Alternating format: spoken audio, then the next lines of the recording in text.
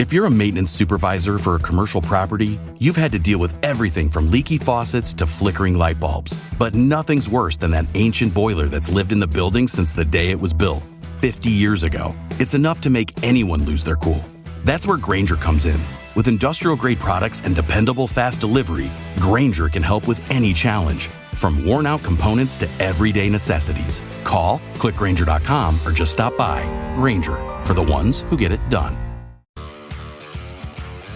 If you love hurricanes, daiquiris, and, well, any rum cocktail, listen up. Captain Morgan's about to shake things up like never before.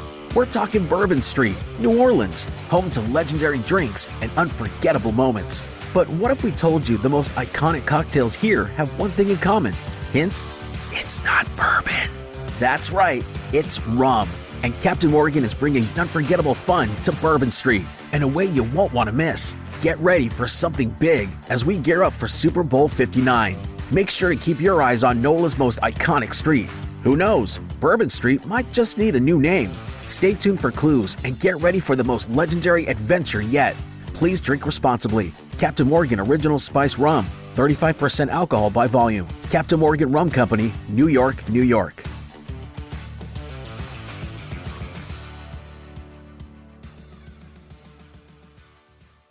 So first, Absolutely. and I was like, let's dig it all up. oh, no. True. You'll never guess. So sidebar. Yes. And also, I feel like I shouldn't have to remember everything. I know. Actually, I have to talk about this. 3, 2, 1. Hi, everyone. Hey. I'm Alicia. And I'm Meredith. And this is Also Podcast, the podcast where we talk about everything and never stop.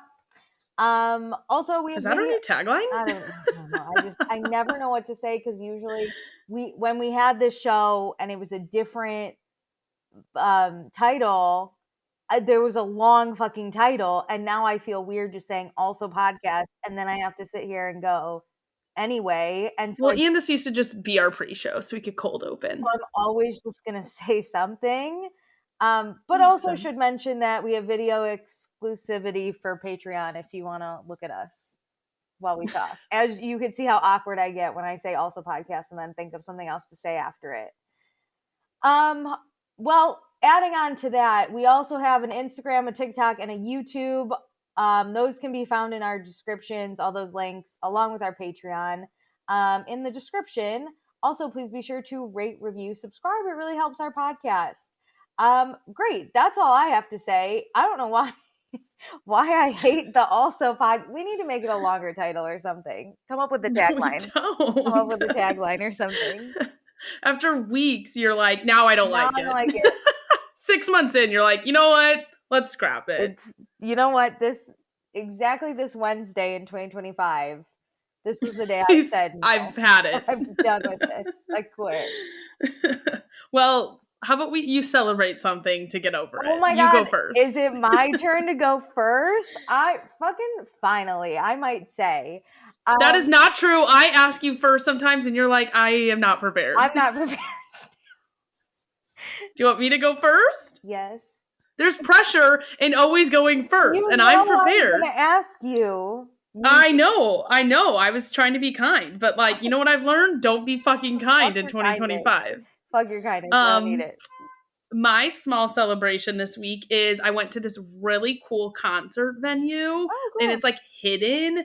So for those, if anybody has been to Chicago or lives in Chicago, there is a venue called Metro up by Wrigley Field, and they have a room above that, and it needs to be renovated and made into a really cool venue, but it's just this really small room. And so I saw this new artist, somebody my friend follows, and she just did an acoustic set in this little theater, and it was the coolest experience. Well, that's fun. It was very fun. I still don't have a celebration. I guess, okay, as I sat here and listened to you, my wheels were fucking turning. We're turning. To try and figure out what to say. I think I joined a book club, but I think it's just me and my friend and one of her friends, and we're all going to read the same book and then get together and discuss it. But then I said we should make this into book club. Great idea, right? So I might be in a book club. And I picked the first book, and it was all because I just texted my friend and said, you should read this book. And she goes, let me tell my other friend too. And now we have a book club. It's so simple. The other friend was the one I got high with, and we discussed if Jesus was a magician. So she's lovely. We're on the same wavelength as far as... She's now a staple on this podcast, in my opinion. She doesn't know I have it. So actually, small loss. Not that I hide this podcast, but I do, just because what do you tell people? I talk virtually with my friend on the internet for 2 hours about nothing. But this girl at work, my new job, followed me on Instagram, which, like, fine, go off. But I have since posted about this podcast on my Instagram, but she never brought it up to me. And for that, I'm so thankful. However, yesterday we had lunch with 2 other girls, and I don't know what I said. But accountants are very awkward, know that. But one of the girls was like, I don't know what I said, but she was like, oh, you're so funny. And then someone else was like, you should have a podcast. And then I just sat there awkwardly because I'm an accountant, so I can get away with it. And I was just like, like just shrugged. And you're like, I don't want to give an answer because if I outright lie, then that makes it worse if people do find out. So I just was pretending to be my awkward accountant self, just sat there. And then the girl who followed me on Instagram went, she already has a podcast. And me and her burst out laughing because I started laughing and then she was like cracking up. And they're like, you do? And I was like, if you listen to it at work, I'll honestly die a little inside. Please don't. Don't do it. That's what I've told people is like, you can listen, just don't tell me. I don't want like live feedback on myself. Unless it's my friend Lainey who constantly listens and would listen when I worked with her and then Slack me and go, I'm listening to your podcast right now. And then message me all the funny things we said. If you're going to be Lainey, then go off. You're fine. But Lainey also watches all the same shows we do and has the same opinion. So I knew the audience. True. I know she's listening to this too now, and she's going to text me and go, thanks for the shout out. I already know it's coming. She was just texting me earlier, so I know. She got one last week too, because we talked about Traitors. I know. Lainey's she texted me, thanks for the shout out. Friend of the show, Lainey, who wants to join and is welcome anytime. We need to schedule a date for her to come on. Lainey, she deserves it. You're welcome. Biggest fan. Anyway, great. What do we do next? News. We talk about news. Oh my God, so much news. Where do we even start? Should we start small and then end big? I agree. How about with Denise Richards getting a new show? Amazing. Good for her. I always thought she was done dirty on Beverly Hills with those ladies. I was shocked that it's a Bravo show and not an E! News. It feels more like a E! News show. Or not E! News, but E! It does, but the Bravo fandom loves Denise Richard. That's true. I don't know who watches E! News, or the E! Network. But E! is just more, I feel like, where there's like one person and it's about their life and it's surrounded around it. Whereas like Bravo just more seems like the ensemble cast network. I totally agree. I don't know who's watching E! News, but I don't know if they know who Denise Richards is. Or E! Network. It's the same audience because they're the same. I don't watch E! Network. The fuck is on E! Network? Like the Kardashians used to be on it, and I don't know. I was actually the other day thinking like, what the hell is on E! anymore? On E? Because I have no idea. So that's again why I'm kind of shocked. Like I would think that this would like help revive that network. No, I think Bravo knows that they have a fandom in Denise Richards. Yeah. I can tell you my mom seems kind of like the demographic of E! Network. And she doesn't know who Denise Richards is besides Charlie Sheen's ex. So, like... a Bravo account put that he was on it as a joke, but the last slide was saying it was a joke. And at first I was like, damn, they got him? I was like, wait, this is going to be epic. And then I saw that last slide and I was like, oh, no. He's never gonna be on TV again, that man. No. But yeah, like my mom wouldn't know. So E! News might not, or E! Network, might not be it. But Bravo... come on over. I also, as a side note to just like women who belong in the spotlight but get overshadowed sometimes by men, by the older generations. you know that lady on Beverly Hills Tilly or something? Yes. She's lovely. She was married, I think, to the guy that did The Simpsons. Yes. And so she gets, because obviously when they married, he had nothing. And now she gets like money from The Simpsons. And in the show, she said something like, oh, it's like, who would have thought that The Simpsons would go on forever? Like, thanks to my ex for that. And that's my dad's favorite show. So one day he had The Simpsons on.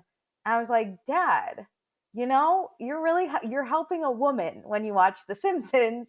So kind. And I told him about Tilly, and he couldn't care less, which I think was rude. He also doesn't care about the guy that created The Simpsons. But either way, my dad is giving Tilly her money. So that's we should be like, wow, you're such a feminist for feminist. Watching The Simpsons. Like, thank you so much for supporting our girl Tilly to own Louis Vuitton bags. Like, truly. My dad is nothing if not an equal opportunity hater doll. He doesn't care if it supports a man or a woman. He's going to do what he enjoys. Period. Point blank. That's Unless what I think we should. Him or someone he cares about. He doesn't care. That's where we need to be as a society, and that is truly what feminism will get us to. Equal opportunity, love, and hate. It's not about who they are, it's just what I want to do. If The Simpsons were created by a woman, my dad would still probably be watching it. Yeah. So, carry on, Dad. Go off. Thanks for supporting Tilly, though. He hates Bravo so much. Can we talk about another I'm going to say independent woman? Have you heard about the American woman in Pakistan who is overstaying her visit? Yeah. Can you tell us about her though, please? Yes. This woman, I forget how old she is. Let's just say like 35 because I know she's no young chicken. 20s. Nope. No. But she met someone online, met a man online. A 19-year-old. And was going to Pakistan on a vacation visa to go meet him and get married. Mm-hmm.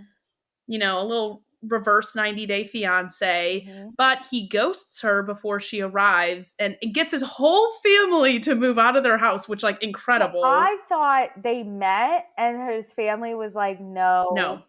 Oh. No, they had not met. Oh, I thought they met and his family. She was coming to meet them, and they all moved out of their home. Oh. I think temporarily. Like, there's no way you just, like, in this economy, like, you don't just, abandon your home. The Pakistani economy very well, but... True. But she, sat outside of it for, 24 hours waiting for them to come home, and they didn't. Why did she have his address? Because she was, I think he gave it to her saying, this is where I live, come move here, and we're going to get married. No. So, 19-year-olds are so dumb. She has now overstayed her visa and is saying that she needs, a lot of money and some land to fix Pakistan. Yeah, she has taken it upon herself. She got to Pakistan, and she was like, I could make this better. So she has since said to everyone she's not leaving, and the Pakistani government needs to give her money so she can fix this place up. She's going to have a thriving economy in Pakistan. She's a woman with a dream in Pakistan. What could go wrong? She truly doesn't know anything. It is kind of sad in the sense that I think her family back in New York, because she's from New York, has said that she is mentally ill. Yeah. That's definitely want to acknowledge that. However, I'm addicted to a little delusion, a little crazy, and a big and not just a little. She has full press conferences going on. In her delusion, she is organized. But also, does Pakistan not have enough news that they're like, this is that she called for a press conference, we're going to do it. If I called for a press conference in the United States of America, no one would show up. And we own microphones. I wouldn't even bring my own microphone to listen to you in your press conference. So who in Pakistan is who is she calling to be like, hey, I have a press conference? I also saw a video of all these news reporters surrounding her. She takes one of their mics and starts interviewing them. Why do you guys just let her do this? Sometimes, not all the time, and not most of the time, just occasionally. I wish I had this much delusion in my life, because I would, you know how those sad days when you're like, everything is shit? If I had this kind of delusion, it'd be like anything's possible. Like, the True. world is, I could take over a foreign nation. Yeah, I could demand they give me money even though I'm overstaying my visa to fix their country. And specifically as a woman, which can't even happen in the United States, but in a country that I don't believe is known for respecting women. Not that the United States is known for that either, but you get what I mean. She's just like, now I'm the leader. That's incredible. And I know it's called mental illness, but also just on the days that I feel depressed and have no hope, I wish you will look to her. I wish I just kind of had this blissfulness, you know? I need to take this energy into work, especially when people want to try to talk down to me and be like, no. Give me $100K and some land and I can fix this company right up. Yeah, I mean, isn't that what we all could do? All the little people who are actually in the trenches doing work every day, we could fix these companies. You just don't pay us enough. That's true. That's the thing. You got to give me like $100K. But shout out this woman. I hope she does come back to New York soon. I think Pakistan is not the place for you, girly, but I am getting a little nervous. Like, at what point do they not want to listen to your press conferences and you will be ushered somewhere else? I'm not super cultured in the sense that I know Pakistan is a nation very well. Could be a lovely place, could be a terrible place. I can't really speak on it. However, as someone who doesn't know, I would just advise not staying there. You know? Any country. I just advise not to stay past your visa. I think as Americans, we're usually told maybe don't go into the Middle East. You know, just maybe come back. You had your fun. Come on back. Especially without a plan. That's I think it. We don't know where she's staying. We don't know what she's eating. We don't know if she's taking over the Pakistani government at this point. We really don't know. So if you could, honey, just get on a plane. Contact your family and get on a plane. New York's crazy enough. What do you need to leave the state for? Ma'am, if all you need is a press conference set up, we will have one in New York waiting for you. If you want to save a nation, hello, you're already here. Go take over the White House. Ours is wide open for you. Over the wrong nation. That is such a good point. Let's put women in power here, girl. I'll buy your train ticket on the way to Washington, D.C. Take it over. You don't have to go overseas to do this. We're messy as it is. We got you right here. Come on home. Or maybe she just doesn't want us to know that she's fleeing this terrible country and she's actually going to make a great one. Maybe she's gatekeeping Pakistan from us. She's gatekeeping the hope of women. Well, if she does good in Pakistan, can she come back and help here? Either way, send a carrier pigeon if you're okay and or if you've made a safe space. I don't really care if you're okay. If you've succeeded, let me know. She could be my future leader. I care if she's okay. I'm pulling my dad on this one. I don't care. I'm an equal opportunity hater. I don't really care that much. Good point. Okay, got anything else? That was all I had. I got, we must talk about Paige and Craig. Oh. Okay. So basically, as we know, they broke up. We finally have gotten some sort of timeline where they broke up. Maybe we already kind of knew this, but they broke up in over Thanksgiving. So November. Yeah. And they kind of didn't announce it until after Christmas. I love that. So fine. Respect. So basically, all the rumors started swirling, as we know, that Paige supposedly cheated, blah, blah, blah, blah. I didn't believe it, but if she did, and if it was with Marcelo Hernandez, as I said before, I was rooting for that. Even if until there's proof. I hate when there's just like cheating rumors. I find it so weird until like there's something of sustenance. Even like give me like a grainy photo of somebody like maybe hugging a little too closely. Like that's even enough for me to jump on a bandwagon. Well, I'll be on this bandwagon. I'll spread the rumor that Marcelo Hernandez and Paige are meant to be, and I hope that she cheated on Craig with him. But she didn't, and I knew that. I mean, come on, she didn't. In a month? Come on. Anyway, so all that happened. Paige went on Giggly Squad to announce their breakup. She was nothing if not respectful. It was just two people who had different, futures in mind. Yeah, they even reminisced about like happy moments with Craig. It was very sweet, a really good send off to the relationship. Well, whatever. So she basically said it wasn't anything terrible, and we saw this coming. Anyway, Craig really hasn't spoken out about it. But then what I found hilarious was he was on Watch What Happens Live in on December 12th, and Andy was like, "Oh, what about like the proposal?" And Craig was like, "Yeah, I don't. Oh, I'm happy where we are. Paige just finished her 56th live Giggly Squad show." So Paige was letting him just like take this narrative and be like, He did all of that press. I saw like a page 6 one. "No, that's weird." But whatever. Do you wait really quick? Do you think he thought that they would get back together, and so this wouldn't really matter? I have a feeling. This is just my hunch, but believe my conspiracy theory if you must. I have a feeling, as we saw for many, many years, they were just on different pages. I bet Paige at some point she was done. She was probably like, "Look, dude, I'm not having your baby. I'm not moving to Charleston right now. So if that doesn't please you, break up with me and we're done." And I bet he was like, "Fine, then we're done." But, they probably like kept in touch still. Like, we don't know. I get why they didn't announce it right away. But it sounds like Paige was like, she was like, "I'm done with it." Yeah. Yeah, I have a feeling Craig was kind of like, maybe I can get over it. Maybe she'll not change her mind in the sense of like want something different, but change her mind in the sense like, let's just keep dating and see what happens. That I think he thought when he was doing those interviews that they would get back together at least, and just wouldn't say anything. Either way, though, if you're Paige and you're like, "I'm not going to back with him," it's a little weird. But whatever. Bless her for not outing him in the moment. Yeah, she just commented. She calls into Watch What Happens Live and she goes, "We broke up." That would have been so badass. Anyway, he takes his time to mourn. They eventually announce the breakup. Paige Giggly Squad, great. All the rumors swirling, whatever.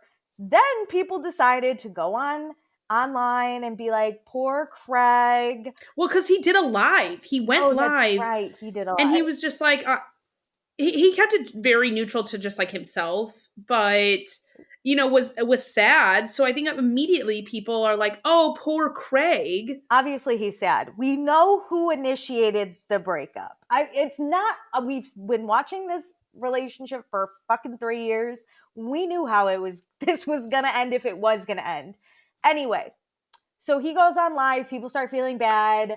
Austin also goes on Watch What Happens Live and spreads the narrative that... And Pat. I was going to get to Pat after. But yeah, so Austin and Miss Patricia are on, and they're basically like, Paige is so mean to Craig.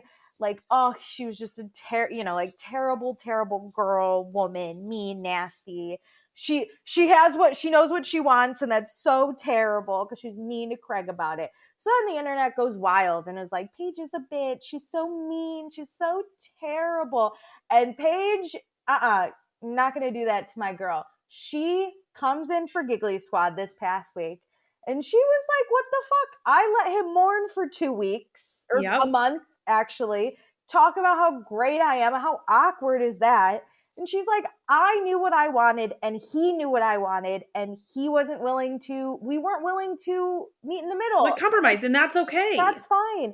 And she and everyone, like, I'm sure not everyone else, but people have been saying, like, why hasn't Craig come to Paige's defense, said that she didn't cheat on him, say that. Especially that. Like, I understand not like wanting to speak on it a lot or like keep it rolling, but when the cheating stuff is coming out, because there's another girl, I forget who she went to that football game with, but he used to be engaged. Yeah. And that girl is saying that like inappropriate things were happening. And so you would think that he would come out at least and be like, hey, we just ended the relationship. Nobody did anything wrong. It's rude. And Paige she is single. She's going to do single girl things. Period. And if this other guy she was like kind of seeing or went to the Eagles game with had a different girl and was cheating on her, that's not Paige's fucking problem. Nope. That's this guy's fucking problem.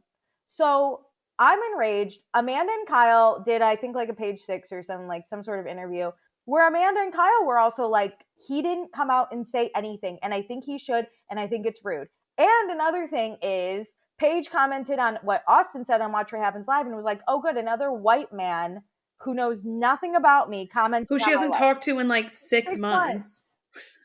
Also, especially Austin. What Austin says into account about anything. He's a terrible person. It's on TV. You can't even come to me and say like, oh, well, he's not. No, his edit is terrible. Not even that. Terrible. It's not like he had a neutral stance. Like Amanda had a neutral stance on like their relationship. She never really got involved, never really said anything bad about Craig. Kyle is like saying bad shit about Craig because he hates Craig anyways. You know, like I don't really care what Kyle thinks. Sprit Society, which is also bad because the toast is a terrible right thing. But like Austin, your show is literally airing where you blame Paige for anything going on with Craig. Like, I don't care what you think about their relationship, let alone their breakup. Like, when has Austin ever been, like, a credible source? And when has Craig ever been a credible source? You know, even when him and Paige were dating, I said multiple times, and there's proof on this, Craig gave me the ick. Constantly. I never understood like how Paige could stick around. When he bitched about cleaning in Winter House, that gave me a big old ick. Every time he's like, all I do is sit inside and do my gardening. Gross, because Paige is like not like that. I think he'd get eaten alive by New York City, which is such an ick. Him lying constantly, that edit they gave, that's an ick. But Paige stuck by it somehow. Fucking, she needs to be. Wait. Craig is not a reliable source either. He's also a Alicia, terrible man. Oh, yes. On that Watch What Happens Live in December, he literally said to Andy, I've never lied to you. As he was lying about their relationship. Like, how are we going to sit here and be like, oh, poor Craig? Yeah, okay. Sorry you got your heart broken, Craig, and it didn't work out. Yeah, but I generally like understand the like. Paige.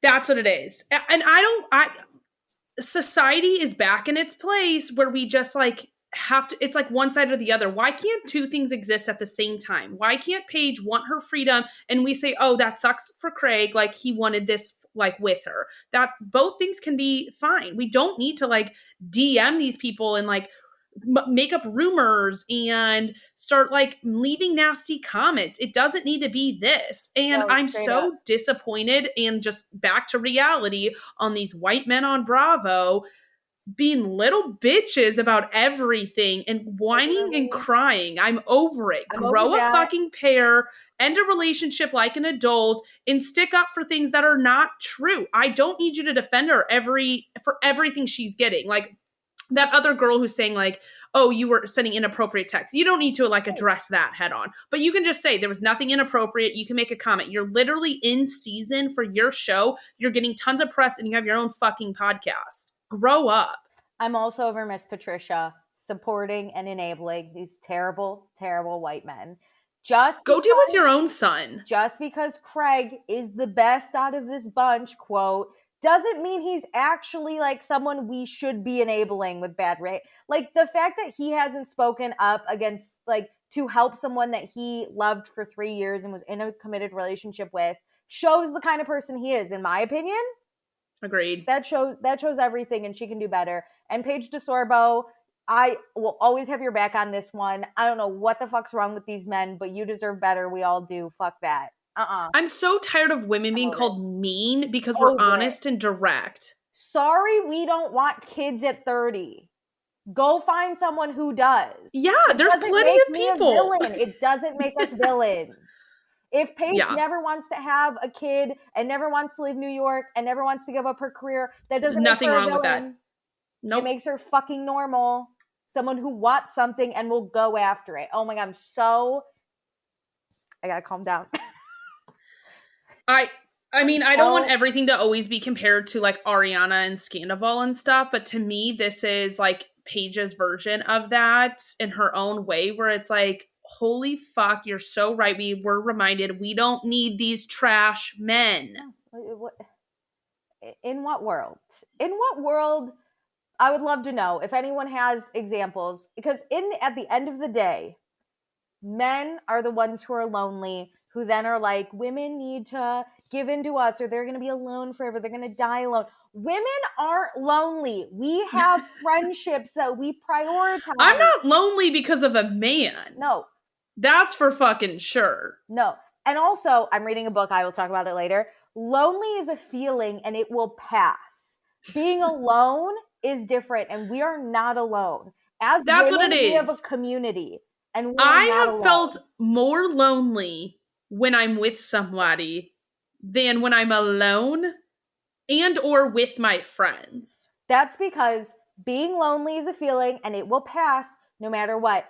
Being alone is what these idiot men are when they're like, no women will ever like me, so they have to settle because blah, blah, blah. No, women have They're alone and lonely. They are alone and lonely. We know how to be alone and happy. No. We need to know how to be with our friends and be happy. Yeah. It sounds like they have a happiness problem and it's not my problem, bitch. We don't need to settle. Nuh-uh. So Paige, keep doing your thing. You're doing the Lord's work, girly. When I think New York City gal, I think you, and you've created that for yourself. You are an icon, a legend, and we love you. Craig, amen. Hi, reality TV lovers. We are Doctors Kay and Ray, or Kate and Rachel, and are 2 licensed psychologists and reality TV fanatics. We believe that reality TV highlights many of the beauties and follies of human behavior and decided to merge 2 of our greatest passions to create Reality Test. Find us wherever you get your podcasts and on our brand new Patreon at Reality Test. We can't wait to see you there. See you next session.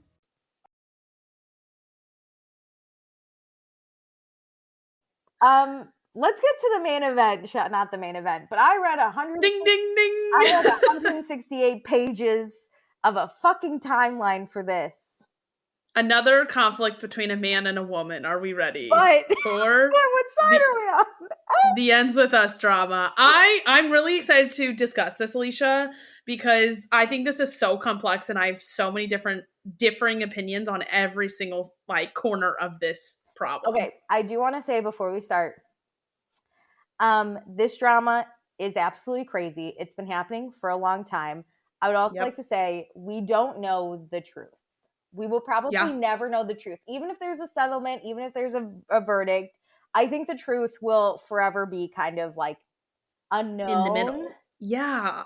That also being said, I love when bad things happen to rich people. And this is my Super Bowl because there's 3 rich people super involved and their careers are in the balance.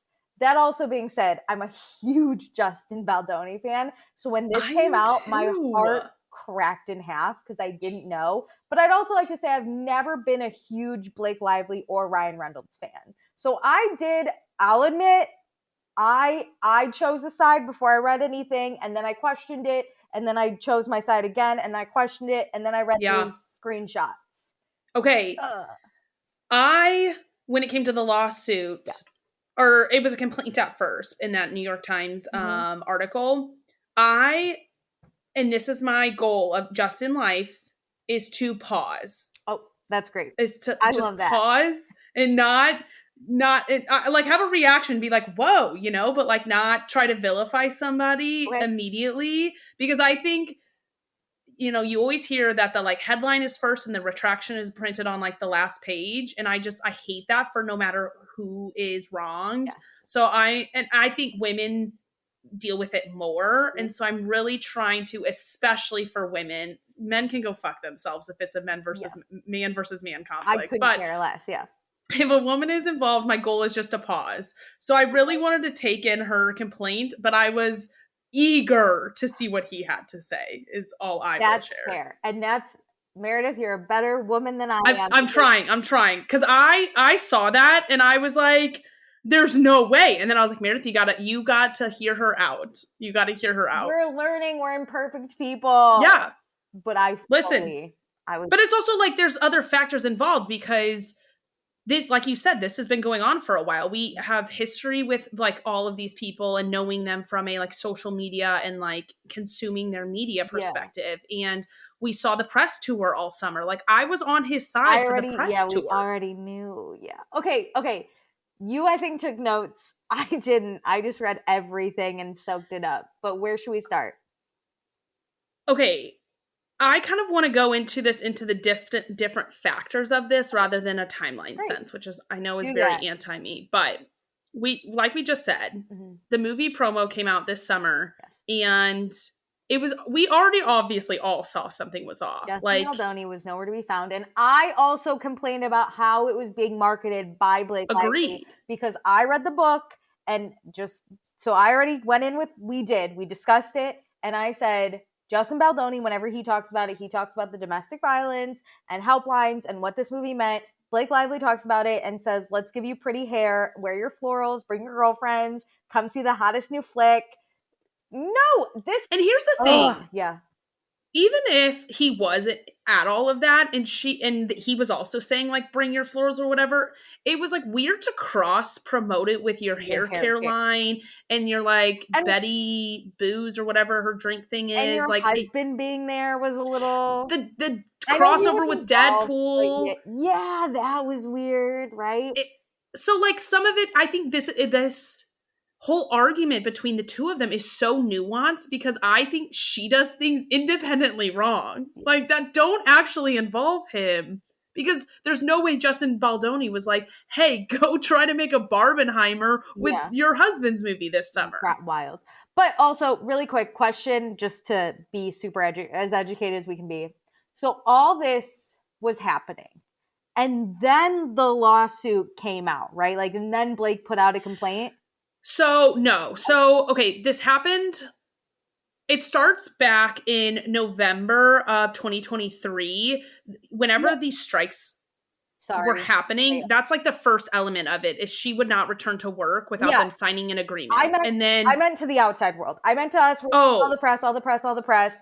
And then we get this article that okay, so a part of me thought... it's a complaint first, but she had pre-sent it to the New York Times, and people have dug into the New York Times posting of it. And if you save those photos, they put dates of when they started creating them. Like that's just their standard process, which like I work for a media company and like does a lot of big content packages. Like it takes weeks to gather this stuff together with design. So they've had this information, at least some of it, obviously not the full complaint filed, for a while to be able to put something like that out, like 24 hours after she filed the complaint. But you have to file a complaint first, or she chose to file a complaint with, I forget what the department is, but it's like a work complaint basically, as if you like similar to how you would do it against your company. No, that makes sense. It just looked crazy when everyone was like, fuck Blake Lively and her hair care and whatever. And then she was like, here's a complaint. And it looked like she was trying to get out of bad publicity. Yeah, I agree. So she filed that complaint, and then like 24 hours later, the New York Times posts their article, and they gave Justin like 12 hours to respond, which is not enough for how long her complaint was because they were so close together on when that reporting happened. When I first saw that complaint, I was like, how does she have these text messages? This is insane. Okay, let's talk about it. Yeah, I think the complaint her side of it needs to be talked about at first because... Okay, go ahead. Right before Christmas, we get dropped, and I think the New York Times just packaged it in a better way. Yeah. We get like a few screenshots of text messages, but it's not like we get a lot of context. And she's talking about how he body shamed her for having to, pick her up during a scene, and he was like sniffing her neck and like being super weird in a lot of ways that I was like, whoa, I haven't had as much of an interaction with Justin. I just have watched his work. So like, I'm just like, oh, wow. I've seen people talk about working with him, and it's always been positive. From what I've seen. Okay, I didn't know that. Jane the Virgin, I mean, that was like 8 seasons. That was, that's where I know him from. Gina Rodriguez always talked very highly of him. I know Gina has her own shit, but like the whole cast loved him, and... I don't think you would stick around on a show for like 9 seasons. I agree. But you have to also, to take pause and say that this is a very different role that he's playing. I mean, there's a lot of roles he is playing. And this is where I think he screwed up just in his own right of like, he will probably do things a lot differently. But he is he's the studio. He is the director. He's acting in it. Like, that's a lot to juggle for he one didn't, person. I think originally, so he optioned the book. It took Yep. a few years, I think, for Colleen Hoover to agree. And then she was the one that said, have you given any thought to doing Ryle? Yeah. So he didn't originally want to act, but I think it just like Colleen really like wanted that. And I think especially, I don't know, but as someone who loves books and loves movies that are based off of books, I would feel some sort of like need to support the author and like what they're looking for. I'm obviously speaking for Justin, which is like so inappropriate, but that's how I would like, if an author was like, I would love for you to play this character, I would really take that I agree. And I'm not sure if like she had accepted his offer by the time she recommended it. So like, is it linked then? It's true. You feel like you have to say yes. I'll give it to you if you play Ryle. We don't know. Which it wasn't that like hard ass, but he puts it in his thing, like the conversations. But yeah, I mean, that's what's wild. So like I was just shocked at what she had in her complaint first off, like seeing everything. And then it comes out that the PR company he used over the summer, which you could kind of tell that there was some like PR spin going on during that, at least I could, like that promo summer, like you could tell like the dogpile on Blake was much larger than just a normal public opinion. Like it was vast, it was everywhere, but also that's what social media is now these days. I think that was it, is like everyone can find resurface shit, so everyone was like, here was her being problematic here, and it was so like it took a chance. I don't even know who to blame for that, but like the internet's crazy. I'm terrified. After watching that all summer, I'm like, holy shit. The internet's literally forever. And when we were told that, we thought it was going to be our nudes. I bet Blake wishes her nudes were leaked compared to this shit. Jesus. Blake's like, Blake was probably throwing like a New Year's Eve type countdown when TikTok was being banned. No, like literally. She was probably so excited. This is conspiracy. She called Trump and made him ban it. No, I'm just kidding. She's like, do not let this happen. And he's like, I can be bought though. Now they're propaganding me, Blake. Sorry. Oh my gosh. Okay, do you have anything else on her complaint? Not really.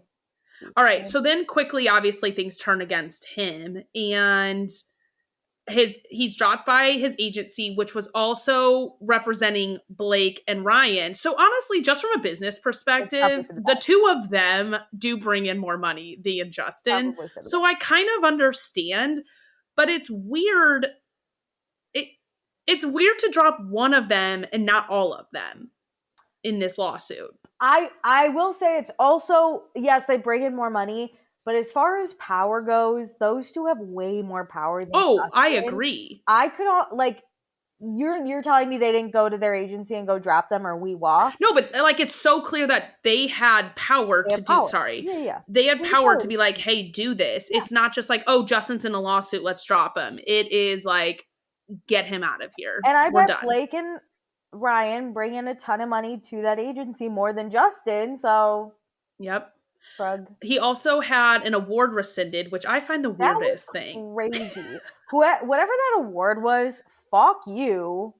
Like, this is what I'm saying. Like, we rushed to judgment so quickly. No, a complaint, not a lawsuit. She had not filed a lawsuit yet. But I mean, she did. I mean, fat shaming women in 2024. That. No, I know. Seriously. I'm just saying, like, it's been like 20 days and half of that was like the holidays. Any other woman would never get this kind of respect, whether it's true or false, and they made this claim. Is it a step forward if like the richest and whitest woman on earth gets this respect, but no one else does? Well, I don't think it's respect. I think it's attention, but I don't think it's respect. That's also true. But like if you or I made a complaint like that, nothing would happen. So like, are we moving in a direction where we believe women? Maybe, but why are we only believing the whitest, richest woman there is? No, because I think this proves in order to be heard, because whether she's right or wrong, it doesn't matter. It's about being heard. Yeah, you have to like strong arm. Have a powerful husband. Yeah. All right, go on. Like, I think it actually proves our point. But yeah, so those two happen. And then also his podcast co-host resigns. Because he has this whole brand on being... No, but she's like, friends with Ryan Reynolds. I saw that. Like, she was on his like Welcome to Wrexham or whatever that show was. He's friends with Ryan Reynolds. What's her name? Like, yeah, she's friends with Ryan Reynolds. That one shocked me the most. I'm not backing out of that podcast. That's where I'm like, I would feel like so betrayed if you sided with somebody who was like suing me. I would be like, whoa.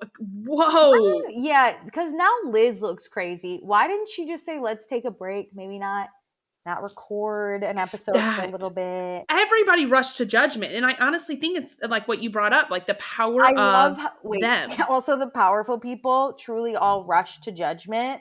And all of us poor people were like, wait a second. We don't believe it for a second.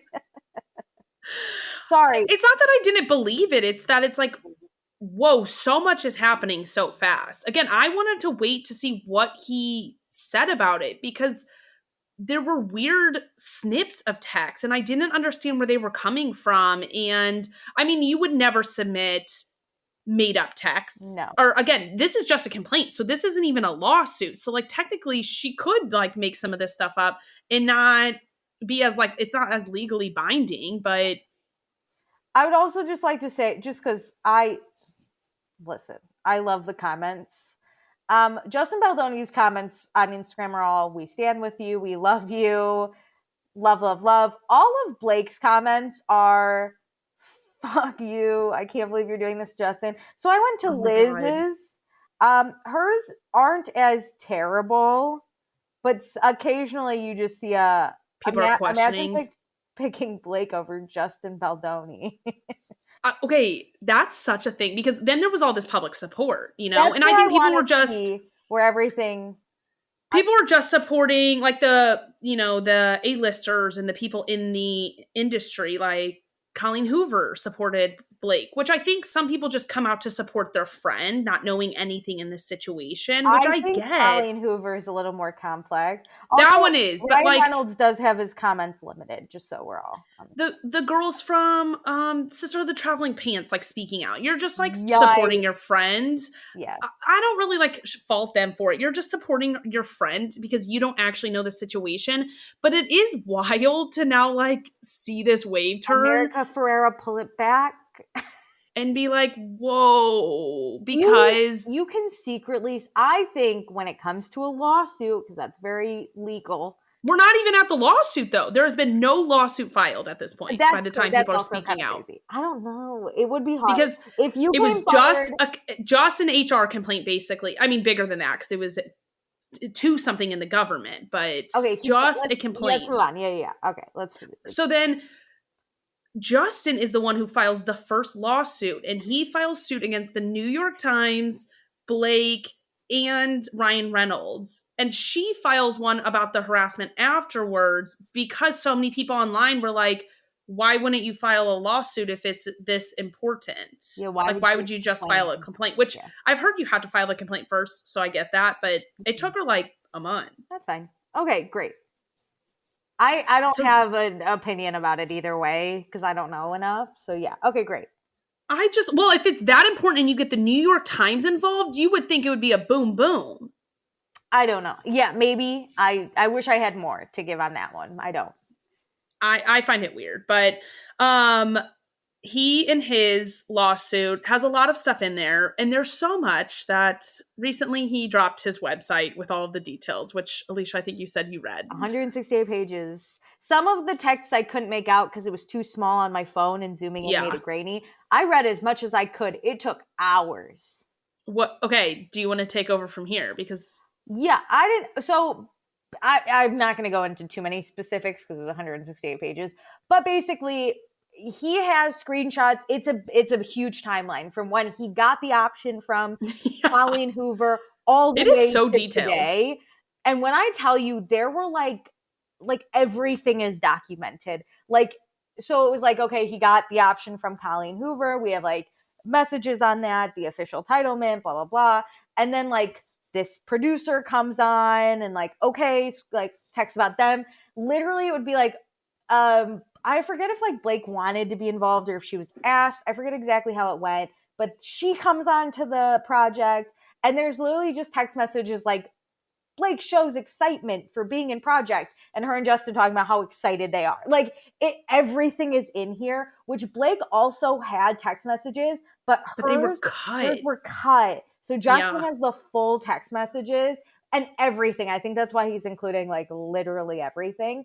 So, which I think this is why he's suing like the New York Times, especially for being like, you did not do any due diligence on any of this stuff. She handed you this in a silver platter. Yeah, their context matters. Yes, words can be damning, but they mean different things in different contexts. Yes. So whatever, Blake and Justin go back and forth about what the project's going to look like, how excited they are, like lines and whatever. I'm just going to talk about the stuff that kind of stood out to me that I found really interesting. So Blake originally was not like producing this project. She was just acting in it. But Justin did want her like opinion to go over like some of the stuff in the script and like talk about it. And so that's how she kind of got a little involved. They also very early on, which I've heard, if you're like a lead and like a blockbuster A-list person, like an executive producer credit is typical. Yeah. But you may not be involved as the producers. Yeah. He just wanted her opinion because he was working with the writers. And so him and the writers would write a scene and then they'd like show Blake and like get her take on it, which I think is very normal. Things that I noticed that stuck out though were, so Blake was sick a lot on this project. She was like always fucking sick. She pushed production back because this movie took a long time to make, not just because there was a strike, but like it took a long fucking time.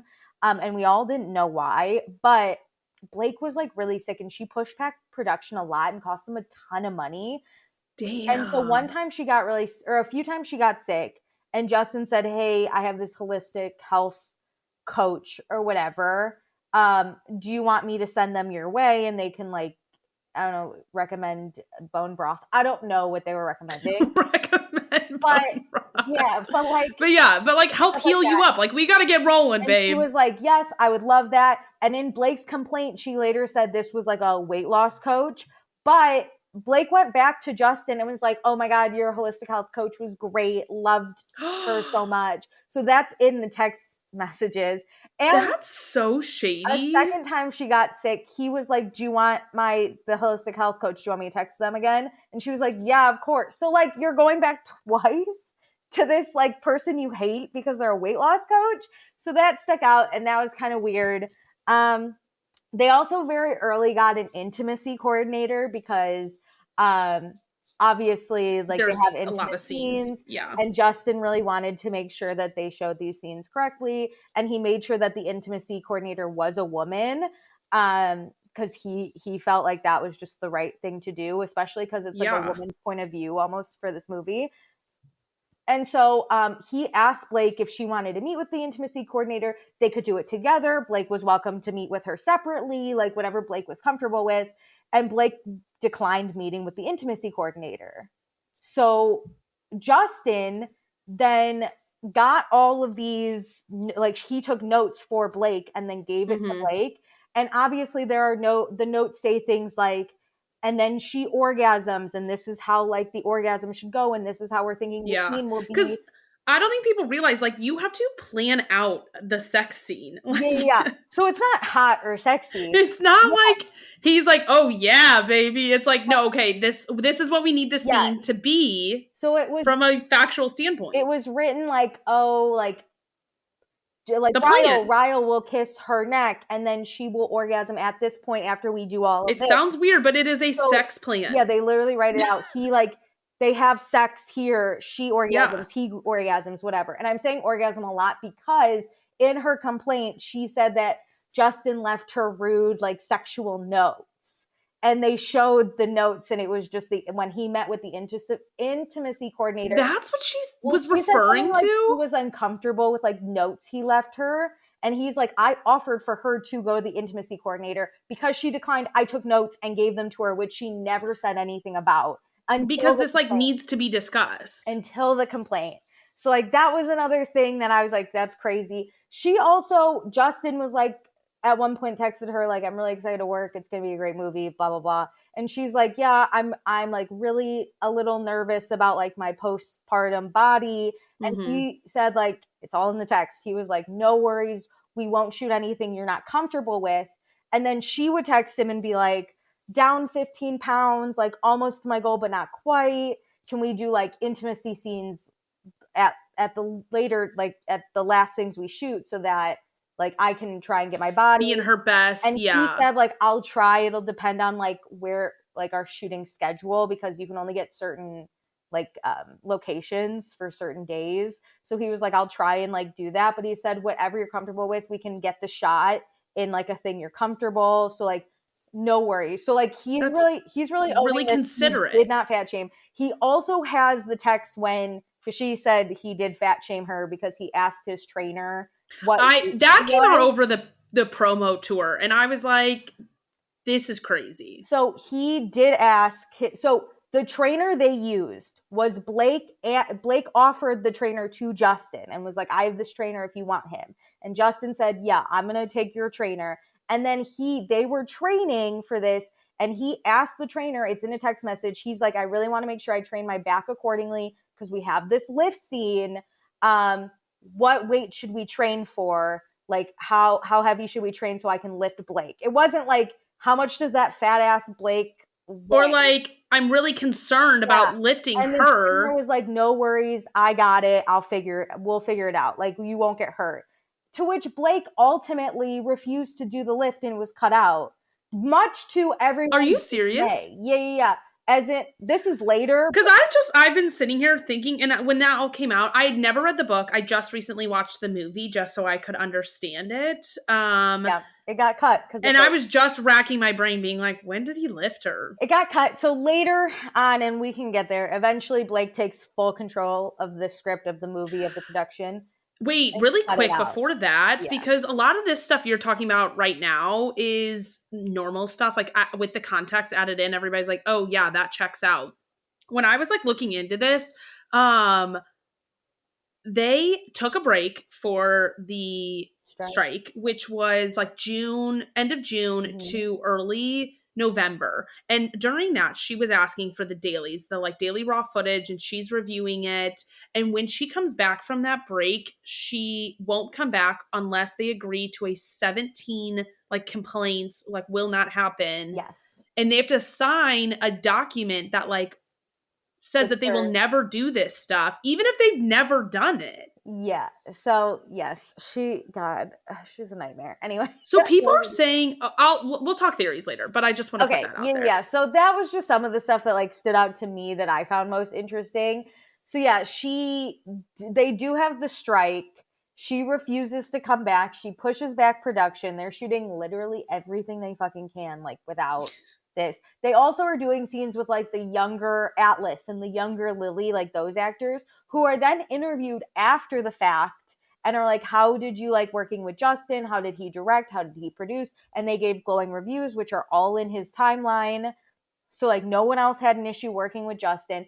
But then there's also this producer that's working closely with Justin, and he also hates how Blake is acting. Like he is like, this woman is crazy. So Justin and this producer will be like, oh, we have to bring something up to Blake. And they will talk about how they are scared to bring it up to Blake. Like there's text like, I don't want to bring it up to her. I'm scared she's going to yell at me. So Blake was kind of a nightmare on set as well. She had a complaint that like they would stare at her boobs when she was breastfeeding. But Justin has the text going like, can we meet sometime to discuss XYZ? And she's like, yeah, I'm in my trailer breastfeeding, just come in. And so he did. And then she yelled at the producer for coming with and is like, don't stare at my boob. So him and Justin both turn around and she's like, I only invited like Justin, but don't look. Like you're looking me in the eye. And so like they hated talking to Blake. She was always a fucking menace, they said.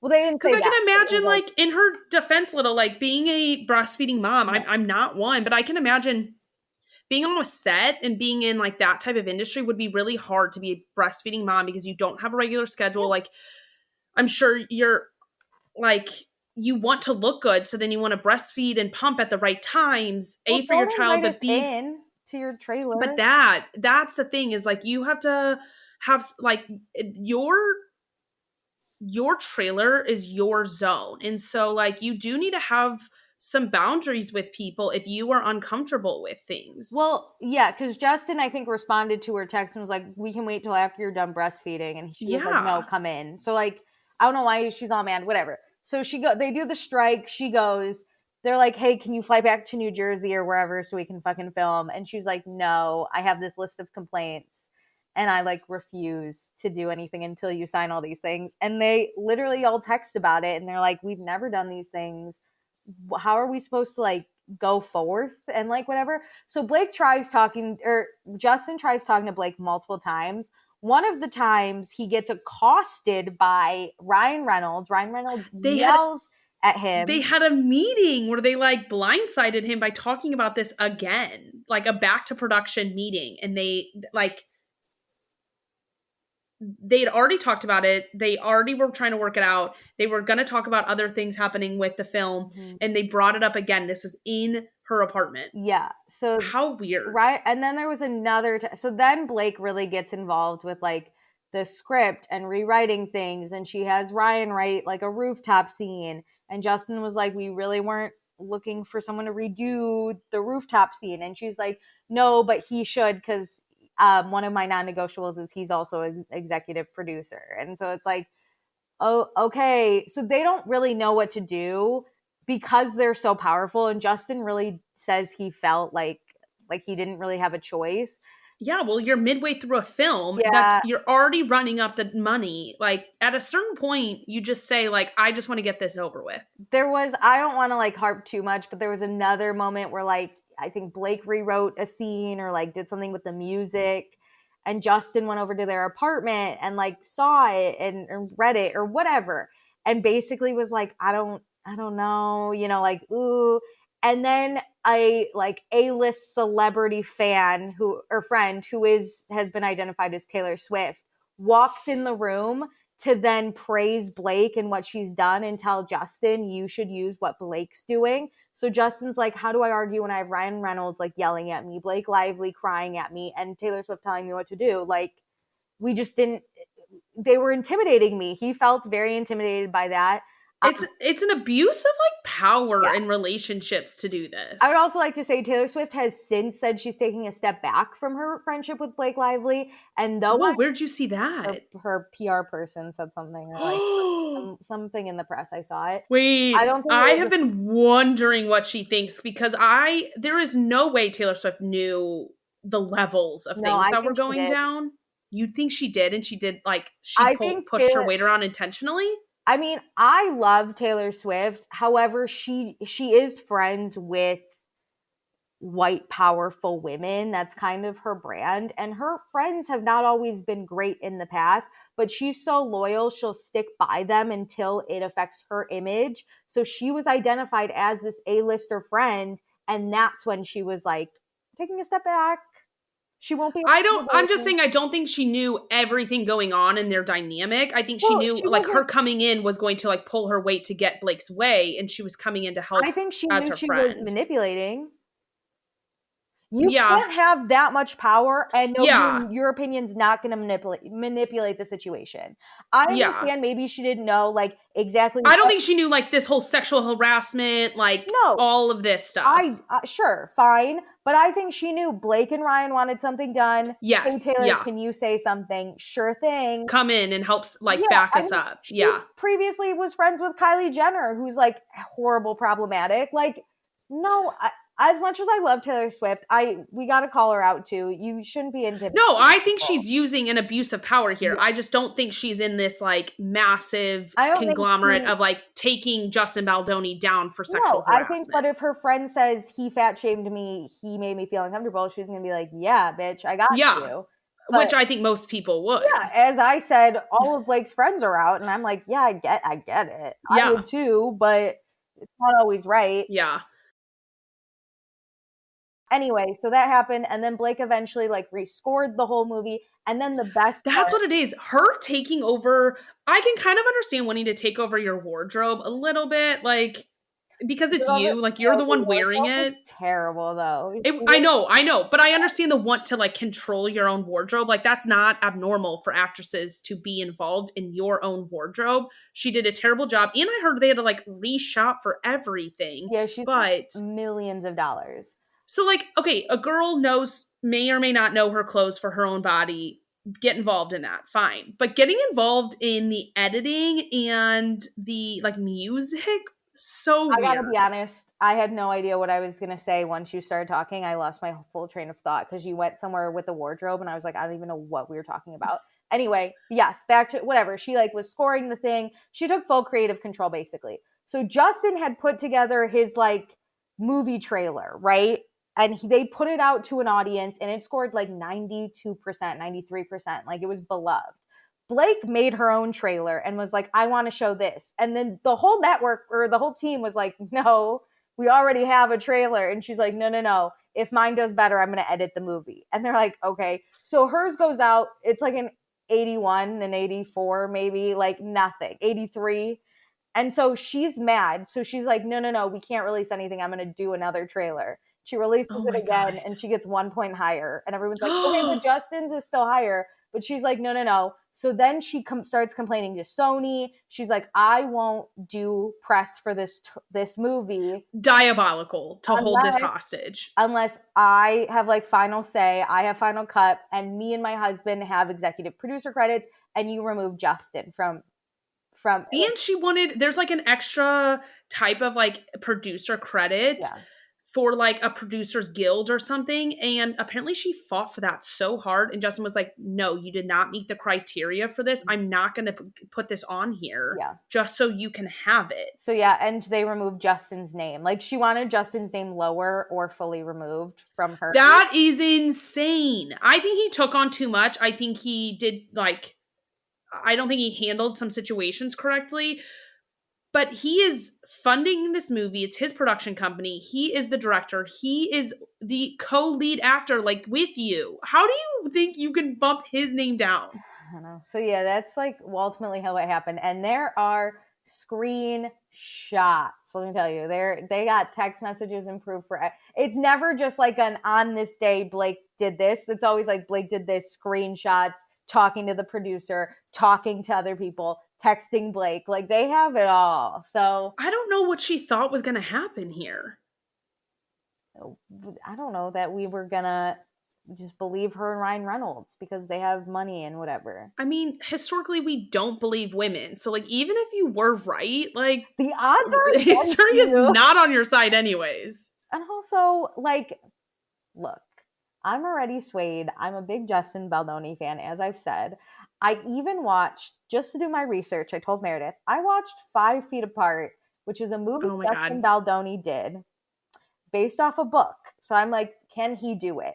It was so good. I even looked up what the 2 lead actors, Cole Sprouse and Haley Lu something, what they had to say about Justin. They loved working with Justin. He made them feel so comfortable. He even brought in an intimacy coordinator, even though these two couldn't touch. They need to learn how to do intimacy, like not. It has to be coordinated. It was so good. He can do it. He knows what he's doing.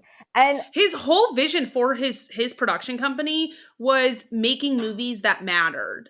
And so that we can see that with the books he clearly chose and why he chose it. I can't imagine my project, something that matters so much to me, and I created my whole production company, gets hijacked by this blonde woman who can't act. I will say, which the movie wasn't as bad as I thought it was going to be. It ends with us. I agree. It wasn't as terrible as how I thought it was going to be. Her wardrobe ruined it, to be honest. Her wardrobe and her hair. Who allowed... This woman has a hair care company, and that's what her hair looked like. So many people returned it. I will say, I've never thought Blake Lively had any range as an actress. It was proved in this movie. Yep. I will say, Justin Baldoni scared the shit out of me in this movie, which means he was so good.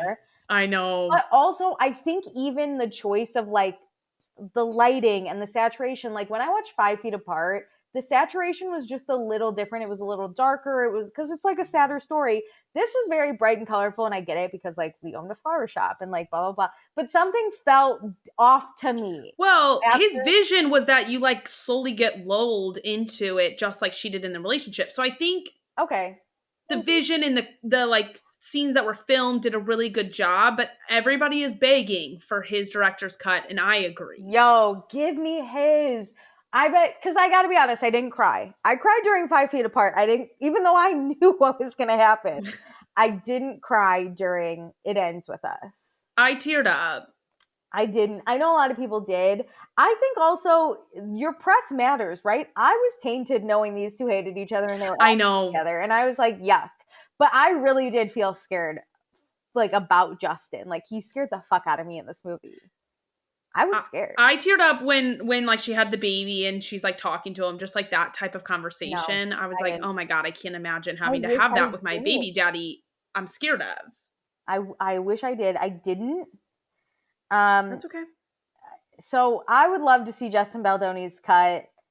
I've unfortunately made my choice, and however this plays out, I might have to own it, and I will if I'm wrong. But I truly, in my heart of hearts, just like, I read this fucking timeline. I really think that Blake's a nightmare. I really do. No matter what, I think she is a nightmare, whether he sexually harassed her or not. That's why I said there from the start of this conversation, there are so many opinions I have on every single corner of this. I think she is a nightmare to work with. I hope this ruins her career. I hope it ruins Ryan Reynolds too. Same. Down with men. I think this will hurt his career just because it's hard to like take this opinion back. Like it's hard to put it back in the Ryan Reynolds movies. Like what? Who even is he? What did he do? I've never. I've never seen Green Lantern. I've never seen. He had a what's he in? Stunt guy movie recently. Is he Ant-Man or something? I don't know what that is. Isn't he a Marvel? I'll look it up, but keep going. Anyway. He was Green Lantern. He was that superhero character. Oh, okay. He owns that cell phone company, which he sold for like half or something. So they made mega bucks. I don't have a phone with that. Company? Like, I don't know. I've never supported him, but... I truly don't think I've ever... Oh, he's Deadpool. That's what he is. Oh, that's what... Oh, we knew that because they were trying to Barbenheimer I've never seen Deadpool. He was in some movie. He was in a Christmas movie, never saw that. The Adam Project. Free Guy, is that the... That's the... I think, guy? Yeah, I've never seen Deadpool. He was in... You Need to Calm Down, which I did watch by Taylor Swift. And Taylor Swift, I hope you release a statement at this point. I'm waiting. Oh, Taylor Swift's song in that movie weirdly placed. I didn't like it. Where was I? Totally forgot. I don't even know. My Tears Ricochet. I was like, this is the vibes are not vibing. When was it? After she leaves him, I think she was like walking around pregnant or something. I was like, oh what? Yeah, she rescored the movie and added that song. I was like, I love that song. I think that song is so sad, and I was like, what is happening here? That's giving When the Summer I Turned Pretty, went to go see Snow at the beach and didn't play that song then. And I thought they just couldn't get the rights to that song, but that song plays at a separate moment. Yes. It hits so bad. The moment it makes sense for if there had never been a Snow like on the beach moment, but we all sat there and went, all they do in this show is play Taylor Swift. That would be that's so the moment. Do you think they were like, it's too on the nose? And I'm sitting here like, no. Yes. Let it be on the nose. Though. But here's my thing. If you don't want to choose it for that, don't use it at all. Don't use it at all. Anyway, yeah, she rescored to put the Taylor Swift. It's in the so bad. It's in the timeline. So bad. Okay, can I tell you the conspiracy I'm globbing onto about this? So, like we said earlier, they took that break because of the strike. Mm-hmm. She was requesting the dailies. They had a good rapport up until the strike happened. There had been I know she uses some of the issues in her complaint, but like their rapport over text and everything had been fine. People think that Ryan Reynolds saw their chemistry from the dailies and was reading their text messages and was like, whoa, something is going on here. Like, you guys have chemistry, because everything that Blake Lively has been a part of, like basically she has fallen in love with her co-star. Her and Ryan Reynolds got together because they were in the Green Lantern together. He was married during it. She dated Penn Badgley, her like co-star in Gossip Girl. Right? Yeah. So that's a conspiracy because nothing really was wrong until they come back to filming after the strike is over, and she has this 17 complaints, and Ryan Reynolds is now heavily involved in this movie. They know Justin Baldoni's also in a committed relationship. Like, just because Blake's in love doesn't mean Justin is. I mean, Also, that woman thinks everything. He has to look at her in those ugly ass clothes and that hair. There's no way he's fallen in love. Not to like objectify, but my God. He's a little clown in the movie. Ryan was married when she fell in love with him. I bet that is not an obstacle for her. Not a girl's girl. Which has been proven because in her interview she has said, she's like, I'm not like other girls. Ugh, I hate girls are drama. I hate when gross. Yeah.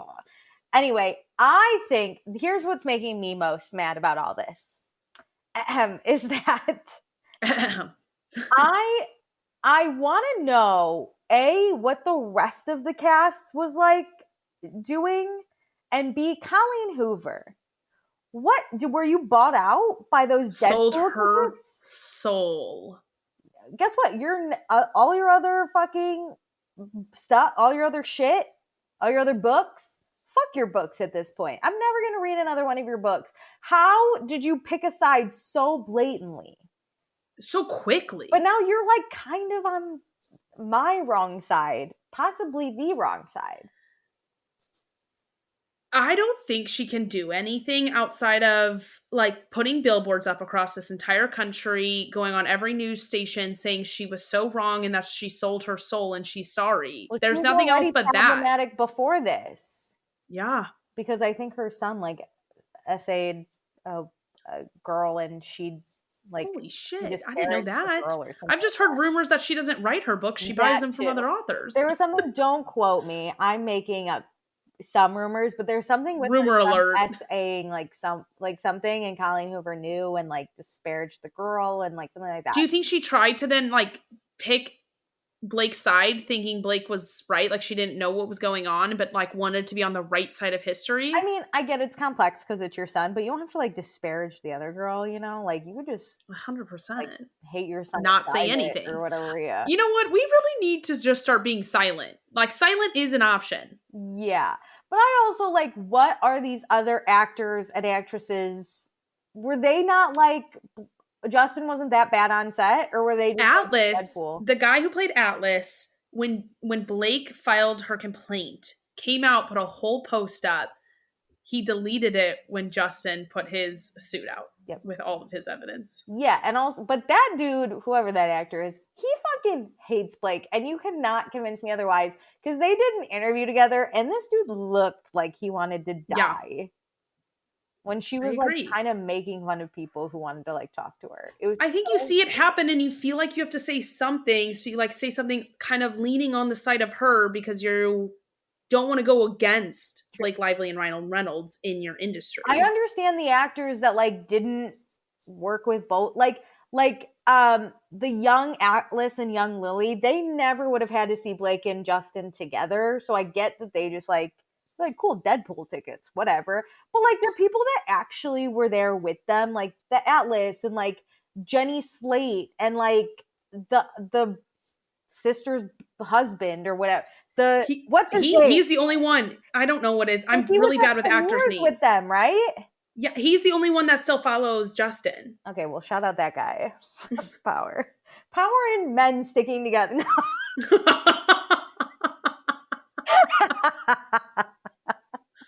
Fuck women. Woo, that was awesome, wasn't it? Flip the table. Oh my god. So yeah, I don't know, but I will say Colleen does have a book right now out that's currently being made into a movie. Verity with Anne Hathaway. Dude, that's gonna kill me to not see that. But I won't. Here's what I think I'm gonna do. I'll do the same thing I did with It Ends With Us. I'm not going to see it in theaters. I'm going to wait for it to stream on something I already pay for.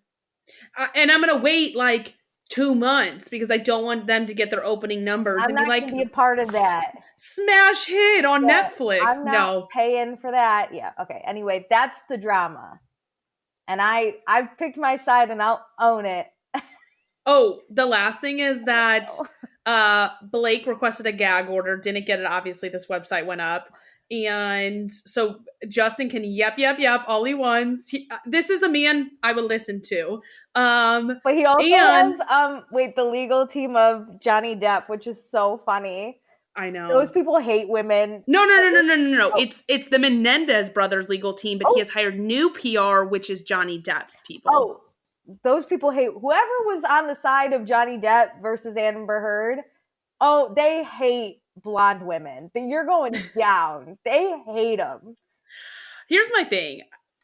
From an objective perspective, it doesn't really matter who's right and wrong. That team did a wonderful job at their job. So I would say, I don't care. I mean, I do care if you're right or wrong, but if I'm going up against powerful people in Hollywood, that's the team I'm calling.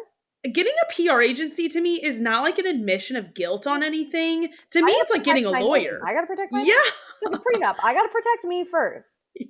Yes. And then the judge, when he said no to the gag order, said he might move the trial up, which that's what I want. I want this to go to full trial. I want everything. I want everybody on a stand. I want that. And then I want full TikTok coverage. Yeah. I want full TikTok coverage. I will take work off to sit and watch this every single day. Go to the trial? It's in New York, so yeah. Should I go? No, I'm in. So it's scheduled for March 2026, but could be moved up. We can make shirts, and they can be neutral shirts. It can just say, "We stand with men." Just kidding. Wish we were men. Men's lives matter. My God. This is an alt-right podcast now. Protecting Justin Baldoni's back. We love Elon Musk. Okay, should we get into reading? It's really quick, and it's the opposite of what we just talked about. Good. We need a palate cleanser because I have something to take us right back down to the deep, dark side. I'm reading. It's called Loud, Accept Nothing Less Than the Life You Deserve. And it's by my girl, Drew Afualo, who is a TikTok star who I always talk about. Basically, if you don't know Drew, she started making content in 2020, making fun of terrible men on the internet. And it is so funny. They fund her whole life now. She is rich beyond her wildest dreams because these men can't stop hating her and hating on women. So we're not an Elon Musk podcast anymore? We will be again. No. just for this little bit, we're the girlies. No. Okay. So basically, I bought her book because I wanted to support, and I haven't read it. And I was like, you know what? I'm going to read this now because fuck men in 2025, specifically the ones who run our government. And she's very anti-Trump. Fuck this. But so the book is basically like, how do we build ourselves up while taking down the patriarchy one step at a time? And Drew is Samoan, so she talks a lot about Samoan culture and how it's very like matriarchy, like the women really like run the household, which is how she grew up. So she grew up like really not understanding like, you know, what's the deal with men? And also her dad would do housework. Her dad would like whatever. So it doesn't matter. I'm telling you about her life. But basically she talks about how when we're all young, we are taught that like the number one currency in our life is the male gaze, right? Like if men give us attention, that's like the best. That's why where you like have value. Yeah, that's how we know we're cool or we matter or we're pretty or whatever. And she said she was a part of that too, right? Like it was hard not to be a pick-me growing up because you're just like, I just want the boys' attention. But she also was, and I get this because I was fucking, believe it or not, I'm 5'2" now, but back in the day, 5'2" was, when we were in 6th grade, 5'2" was ginormous. Drew was also huge. So we didn't get a lot of male attention because we were ginormous and all we wanted was like that. So we were like striving for it. So then we became pick-me's where we were like, oh, we love sports. We're not like other girls. We're not drama. But it's so funny because every girl, if you can't sit there and be like, oh my God, yeah, I remember when I was that means you're still that and you haven't grown out of it. So Drew talks about like how we need to like, in order to like rectify this, we need to really like look in the mirror and catch ourselves doing these things. Like, because even still, right? Like I will catch myself being like, oh, girls are so annoying. Like, I don't know. I don't do it I've caught anymore myself as being much. like, well, like, I'm actually somebody who likes sports, like other girls don't. That's And my it. friend will be like, that's not You true. can't say that. Like, Yeah. and she can say, like, okay, you can say it about some people you know who don't like sports, but Yeah. you can't just say you're unique. Yes. So, like, you really have to, like, look at yourself to, like, fix these problems. She also talks about how, like, to the sport, she also really likes sports. Her dad was in the NFL. And so she grew up Yeah. liking football. But then she had to, like, kind of look at herself and be like, do I just like football because, like, I'm a pick-me, or do I actually like the sport? Like, so she really had to reevaluate a lot of things, which was really cool. Yeah. Like, and it was helpful for me to, like, I don't know, it just, like, it was nice, like, hearing her perspective on stuff. And then she talks about how, like, she learned that men kind of weren't shit, you know, like, slowly. She's like, these men fucking suck out here. And her mom was, like, kind of the pillar of that, and her mom, like, taught her everything, and basically, like, she has for so long lived with one mentality that, like, this is now her whole brand. But her mentality is, I would rather be alone and happy than with a man and miserable. So she's Love like, it. I can be alone and be fine. And she at, I think, like 21 was like, if I die alone, that's fine with me. I'm happy. I'm not dealing with that kind of thing. And like we talked Yeah. about, like, men will do this thing where it's like, you're ugly, you're gonna die alone, you have to settle for me. She's like, I'm not settling. I'll be alone. You can think I'm gonna settle. I'm not going to. So that was fun. She's also dating this, like, or she's engaged to this, like, really alpha looking man. He's a personal trainer. He's like 6'4", which is so, she even talks about, she's like, who the fuck would have thought? Like, what the fuck is this? But they went to high school together, and they were always just friends, and they would, like, catch up occasionally when they were home from college. But one too many times she, like, reached out and was just like, hey, do you want to hang out? And he wouldn't. So she was like, all right, fuck him, I guess, kind of. And it wasn't romantic. It was just kind of like, if he's not going to put effort into, like, That's it. being Like, my in all, acquaintance. I mean, we should do that in all of our relationships, not just romantic, but So- I would totally reassess that. Basically, she was just like, nah. And then when she moved back from college, he was like, hey, do you want to hang out? Do you want to hang out? And she'd be like, no, because she was like, I'm not going to put effort in because he didn't. So, like, why am I? And then after, like, the fourth time, he texted her and was like, hey, I understand you're pissed because I ditched you. So he recognized what he did. And he Love that. He said, I totally understand and you have a right to be mad, but I promise I'll make it up to you. Just hang out with me once. And she was like, fine. I guess I'll get a free meal out of it. So she went, and immediately he was so nice, so kind.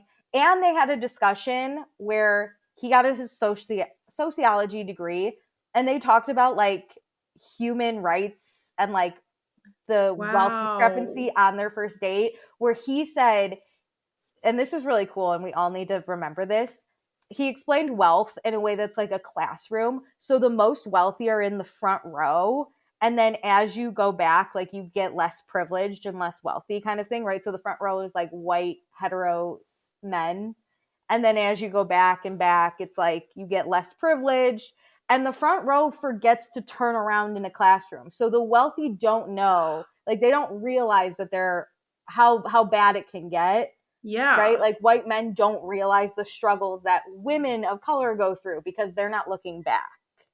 So it was, like, interesting. And she was like, he explained it to me in a way that wasn't mansplaining, but the fact that he cared about this, like, made me realize. Well, it's like, such a good analogy that, like, it just kind of breaks it open on even how to explain it to other people. So then your argument can hit home. That is a really good analogy. Isn't it good? So she's like, the fact that he cares about stuff that I also care about, and, like, he can explain things to me in a way that's not, like, mansplaining.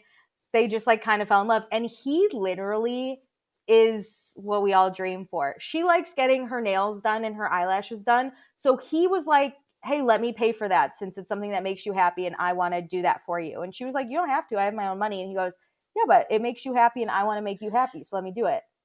And what I don't think, like, guys realize is, don't pay for it because you want me to look a certain way. You pay for it, like, he's paying for it because it makes her happy. So he sees something that makes her happy and wants to invest in that. Yeah, she was already, that's the other thing is, like, don't assume I can't pay for it. I can. But he was like, no, let me just do it because I know you like this. So here you go. And he does, like, they split housework, like, and he was the one that got her into social media of, like, taking down men. Really? But the best part is these men will then comment on his shit because he's a personal trainer, so he lifts, and they'll be like, yo, dude, like, hell yeah, bench, whatever guys, weird straight guys say to each other. Hell yeah, dude. and then her fiance will then make videos calling these guys out and be like, didn't you just call my girlfriend fat and ugly? You sure you want to comment, bro? But he loves that Drew is, like, super strong and like really alpha, because he's like, that's kind of great. And Drew also talks about how men, when they insult women, only say they're fat and ugly, fat and ugly, fat and ugly. So Drew will, like, go for where it hurts. She'll be like, you look like you sip beer out of a straw. And then the guys are like, whoa, you don't have to get mean. And she's like, I'm responding to you. Have you seen that that influencer, or I guess she's not really an influencer, but she's a creator. Her name's Susanna, and she calls herself the liberal Regina George. No, but she's like, I'm in for being mean, and she just roasts people about their makeup, everything. Drew has a whole chapter on being mean and how it's okay. Like, if men are like, you're mean, why does that? Yeah. And that links it right back to the Paige DeSorbo thing. Like, I'm so sorry, but what? I'm mean and? I'm direct. I'm mean. Like, put your feelings away. Drew says, I am mean. I hope I make you cry. I'm mean. And how does that? Okay, so you think I'm mean. And? But what I really liked that made me really think about things is Drew says on her page, even though there are, like, really problematic women out there that, like, support the men, you know, she will never call out a woman on her page. Love that. Because she believes that they just haven't, like, gotten out of their pick-me stage yet, right? Because the thing about a terrible misogynistic man is he will never pick you. He will never pick a woman. Even if you back him 110%, he will still never pick you. He will never like you. He will never love you. So these women just haven't experienced that yet and haven't realized it yet. So she's like, I won't call women out on my page, even though women constantly are making fun of her. She won't do it. She's like, I appreciate that, because it's like you're just, like, giving them grace until they have their awakening. Their moment. Yeah. But I really like it. It has made me laugh, cry, really look at myself. Like, it was a good read. I love Drew. I think if I could be friends with, like, one creator, well, it would be Brittany Broski. But second is Drew Afualo, for sure. So I recommend her book. Anyway, good. What are we watching? Well, are you reading anything? No. Okay, great. Not. What are we watching? Can I take you back to the depths of hell of Real Housewives of New York? Yeah, that's fine. Okay. I'm gonna give you the cliff notes for the first half of the season, first 90% of the season, and then didn't we talk about it? No, that was season 1. Oh, season 2 just aired, and it was super boring. These people are super produced in the way that we all have had too much social media. Like, we all put on a front. Yeah. But the real downfall that I think is happening is that they have too much time and conversations off camera. So a lot of the drama will happen because of stuff that happens off camera, or that somebody told somebody something off camera because they had a private dinner after they finished filming on this day. So they're constantly, like, catching you up. Okay. Which is really frustrating. You saying that, right? Wasn't it? Yeah. So it carried over. Like, that really was coming up on the by the end of season 1 and into the reunion. And so it just immediately starts when they pick up in season 2, which was super frustrating. They're like, oh, Brynn said this, that, like, Brynn said that you said that she's poor because of this. And it's like, none of this is caught on camera. Not even, like, a little bit of the conversation. It's like the confrontation is the first thing happening on camera. And it was frustrating. They all start calling out Brynn for, like, gossiping, which, I mean, I may be alone in this, maybe not, but I don't care if a housewife gossips. I want them to gossip. Go talk about all your castmates. Like, that's the point of this show. I love to gossip. I will say Brynn does embellish things. Okay. But it adds a little tinge of fun.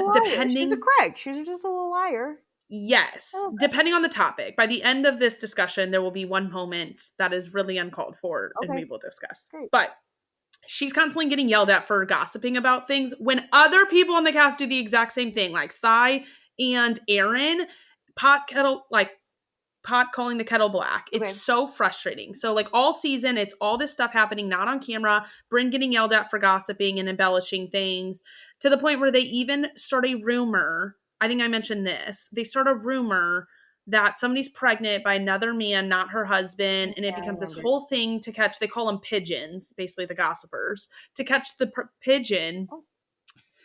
And it like blows up and is so stupid.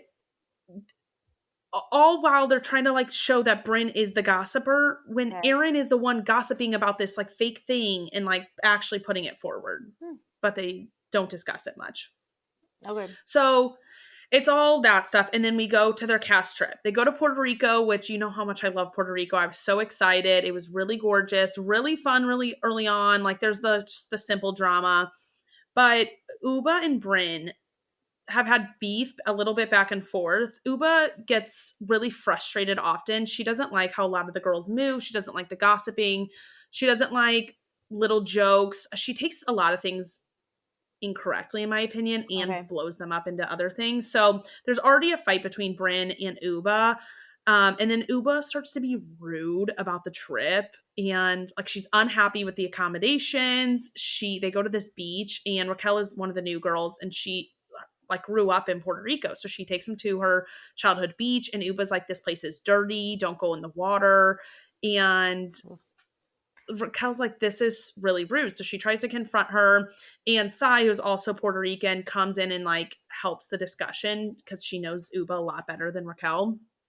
Uba says like, oh, are the two Puerto Ricans going to come and attack me about this? You're going to gang up on me. And they're like, whoa, I was so upset. I think Uba like takes things so wrong. They also call somebody else's husband and like play a lighthearted prank on him. Like the wife was like flirting with him, and it was like, this is so rude. How dare you not tell him he's on speakerphone? It comes to find out like after the season that he was texted about it. He knew he was on speaker, all this stuff. So she's just constantly getting upset, kind of being rude on this trip. And Brynn is giving it back to her one night at dinner, being like, you're really boring. You're sitting over there in the corner. You're like so rude to people. Like, why are you on this trip? And so it starts the fight off again. And they get into the van after the dinner. And Uba says like, I don't know how you got this job. Did you like suck somebody's dick to get this job?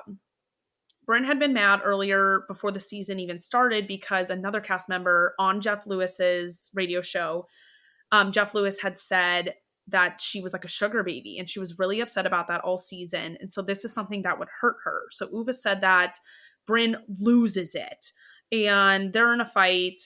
And the next day they like, the fight continues about all of that stuff. Brynn says it like it hurt her a lot. Other girls are sticking up for her. Like, don't talk about her like that. You know, it hurts, like that this connotation is being tagged her. She's the only one. She's one of the few that's like not married, not in a relationship. Like this just diminishes her. So the fight keeps going on, and Brynn says that she is really upset to some of the ladies. Uba's not there. That she is really upset that Uba would say this stuff, trigger warning for people, because Uba knows that she was raped. And how dare she like use this stuff against her, and she is like so upset she'd be talking to her like this, and whatever. So the other ladies are like, whoa, we didn't know, A, that happened to you, like, so sorry. They were like so supportive of her. And B, like, yeah, like, I can't believe somebody who knows this tragic thing is happening that year. Apparently she's been like spiraling for a while over. Okay. Like Uba would say this. And so the other ladies are pissed. And Uba's just mad about other stuff. And they go cameras down for the night. But there is surveillance footage in the main common areas happening. So we see the footage of the common areas as the production crew is taking the mics off the ladies, and Uba goes into her room, and another housewife follows in and tells Uba what happened, like what's been said. And Uba loses it immediately. She's so upset because she does not know that Brynn has been raped. And she like comes out and she's like, how dare you say that? All this stuff. It becomes this huge fight, and we have like very little audio of this. And Uba's like pissed. She was like throwing up. She was like so upset. And they remove Uba and the other housewife that like went and told her. They like take them to a hotel so then they can like separate because it became this huge thing. So again, cameras are down. I think the production crew is gone at this point, but those common area cameras are still rolling, and the remaining ladies go into the master room and are talking about it. And Brynn says, "Oh, maybe she didn't clock it when I told her that I was raped." And everybody's like, "Whoa, how dare you assert that she was using things against you when you don't think she clocked it?" How would she not clock it? So they ask her like what happened, and apparently something happened right before the last BravoCon, the one in Las Vegas, and Brynn was on the phone with Uba saying a bunch of stuff. And Brynn says that she said the rape incident, but Uba said that never happened. She never mentioned that. But either way, Uba does not like check into that if it is in the conversation either way. So Uba doesn't know this exists. And now fast forward, you are asserting that she does know and is using this stuff against you knowingly, like maliciously. Yeah. So they're at the house and it's like really late at night. So they all just say like everybody should go to bed. They wake up the next morning. Production talks to Brynn first before they really go cameras up. And they're like sitting on the couch. There's still surveillance footage. I think some of the cameras are rolling, but not everybody's like up and mic'd. And Brynn is acting like everything's normal. And people are like so confused on how Brynn just like flip-flops the story in and out. And this is the one incident where like everything else she's like embellished and gossiped about is like kind of hurtful stuff. There was one that was like hurtful about somebody's like husband and marriage, but not this detrimental. Okay.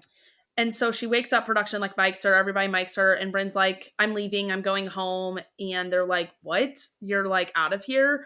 Brynn said she texted production the night, like the prior night, saying she wanted to leave. And so she leaves. And the other ladies are like so confused about what's going on. Uba and the other housewife return and they all discuss it. And they share that Brynn admitted that she didn't know if Uba knew or not.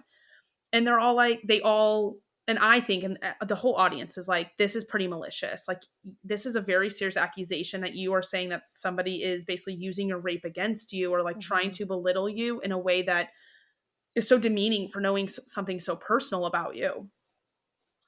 So we just had the reunion and Brynn and Uba have not spoken. Everybody's pissed at Brynn. Brynn like barely watched the show. It was like super weird when she comes on set and is like, "Oh yeah, like things are fine." And everybody's like, "Things are not fine. Things are not fine at all." She, on everything, would just try to explain it away. And once they got to the Uba thing, Brynn tells her story. I don't know if Brynn said it or not. I have no idea.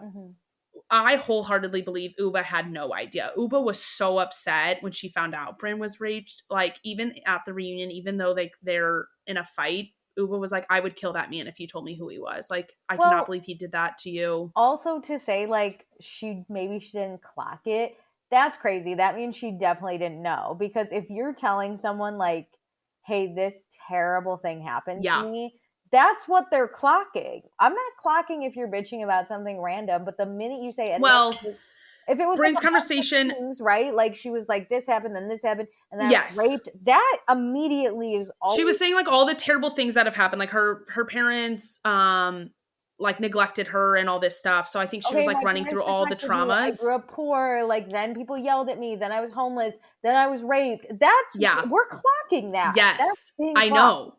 Especially when like everything else, a majority of the things I think in the conversation that Brynn said, Uba already knew. So if you hear something that horrific and it's new information, like you would clock into that. Like, but also it's more suspicious of her being like, "Oh yeah, I definitely told her," and then being like, "Oh, maybe she didn't clock it." That's what people said. That language. That's crazy. Because even if you didn't clock it, I would sit here and be like, "I told you this though." Yeah. And you could then be like, "I didn't clock it. So I was I agree. What you said." But for her to backtrack and then we're like, wait. That's because then if she said, "No, I definitely told you this," and Uba was like, "No, you didn't," they could fall into like miscommunication. But for you to backtrack is wild. Okay. And so most of that finale, the housewives are like giving you a verbal explanation of what was happening. Like you get a little footage, but it's all them telling the story. Yeah. And so they say the same thing. Like her saying like she didn't clock it is what That's suspicious. flipped them. Yeah. They were like, whoa. Yeah. So the reunion was weird because Brynn is backtracking and like explaining away. She just doesn't know. I do feel for her in this sense. There's been a lot that has happened to her, and that is horrific. Yeah. Nobody discounts the rape happening, and it's not about that. But I think she doesn't know how to conflict resolution. I struggle with this. I don't know how to. I know I'm sorry about things. I can say I'm sorry, but it's just this like spiral of how do you get into the like initial conversation before an I'm sorry. And so she does this whole like roundabout stuff that she needs to work on. There's a lot she needs to just work on as a person. And so she could not just apologize and have remorse for it. She was doing a lot of explaining, and Uba was sobbing and was like really upset about it. Uba walked over to Brynn, hugged her during the whole exchange and said like, I forgive you.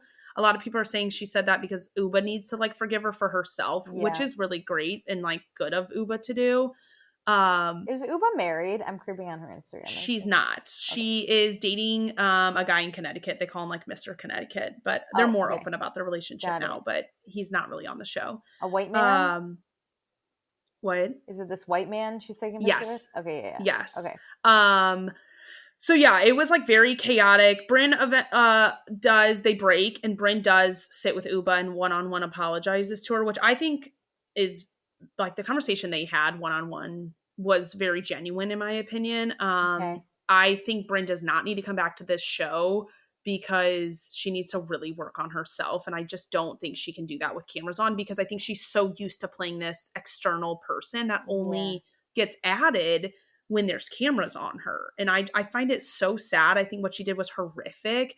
Super weird season ending reunion. I don't know what's going to happen with RHONY. Therapy. She needs to. Yeah. Yep.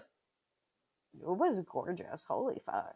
She is. If you would have seen her cry, like it was so sad, but she looked gorgeous even when she cried, and that annoyed me. New York street pictures with her dog. That's how gorgeous she is crazy. Yeah. But yeah, I mean, literally squatting in New York, I wouldn't look like this. Sai, one of the other housewives, hit it home, and I think this is what got Brynn to realize what she did. Is Sai says in the reunion, you weaponize your experience for the downfall of a friend. Yo. I think Brynn needs therapy. 1000%. But yikes. That's what happened on RHONY this season. Okay, well, I don't know if I'll tune in ever, but I won't. They're already recasting some of it. I know they're boring, but give me Luann, give me Sonia. No, those ladies aren't boring. It's that they're problematic. Yeah, give me them.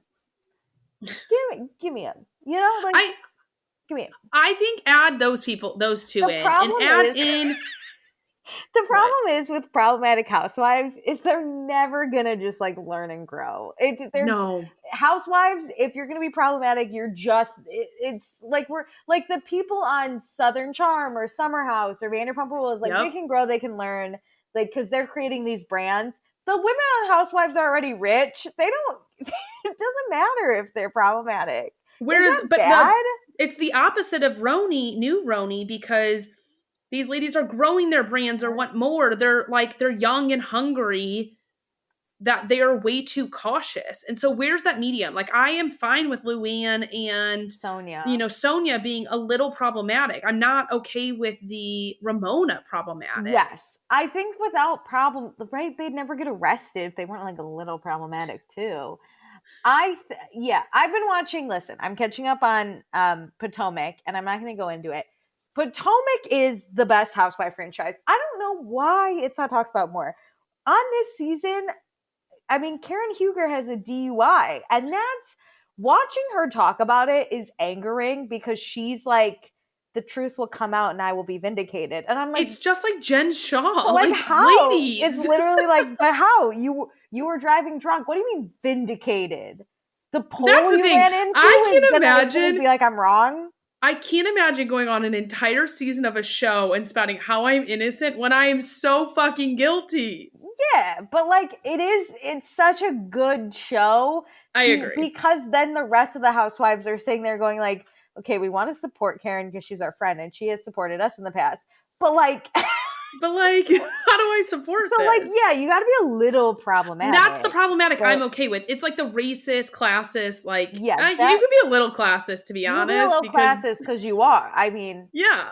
But like, I also like, I think this is maybe why in today's day and age, like, RHONY doesn't hit, whereas Potomac like does, because they'll have the conversations about like white privilege and like what black that's people what I want. I want a diverse cast in experiences, in race, in education levels, in business types. Dude, I think you gotta watch Potomac. I think you would love it.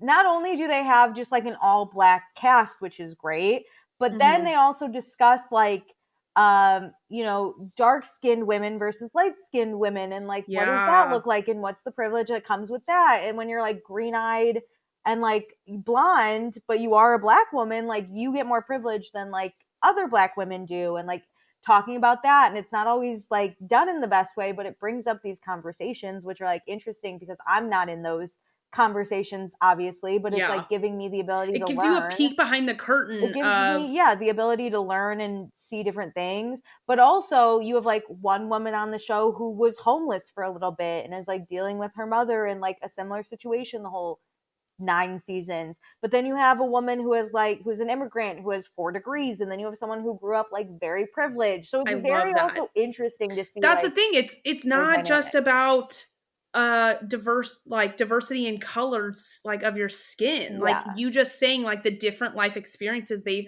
all had is fascinating. And that's what I like about the new RHONY cast is they do have very diverse backgrounds, and like when they talk about their own lives, I find it very fascinating, like how they grew up and all these different things. It's that they don't meld together because they're not a friend group. So I'm in to bring in they're like not friends.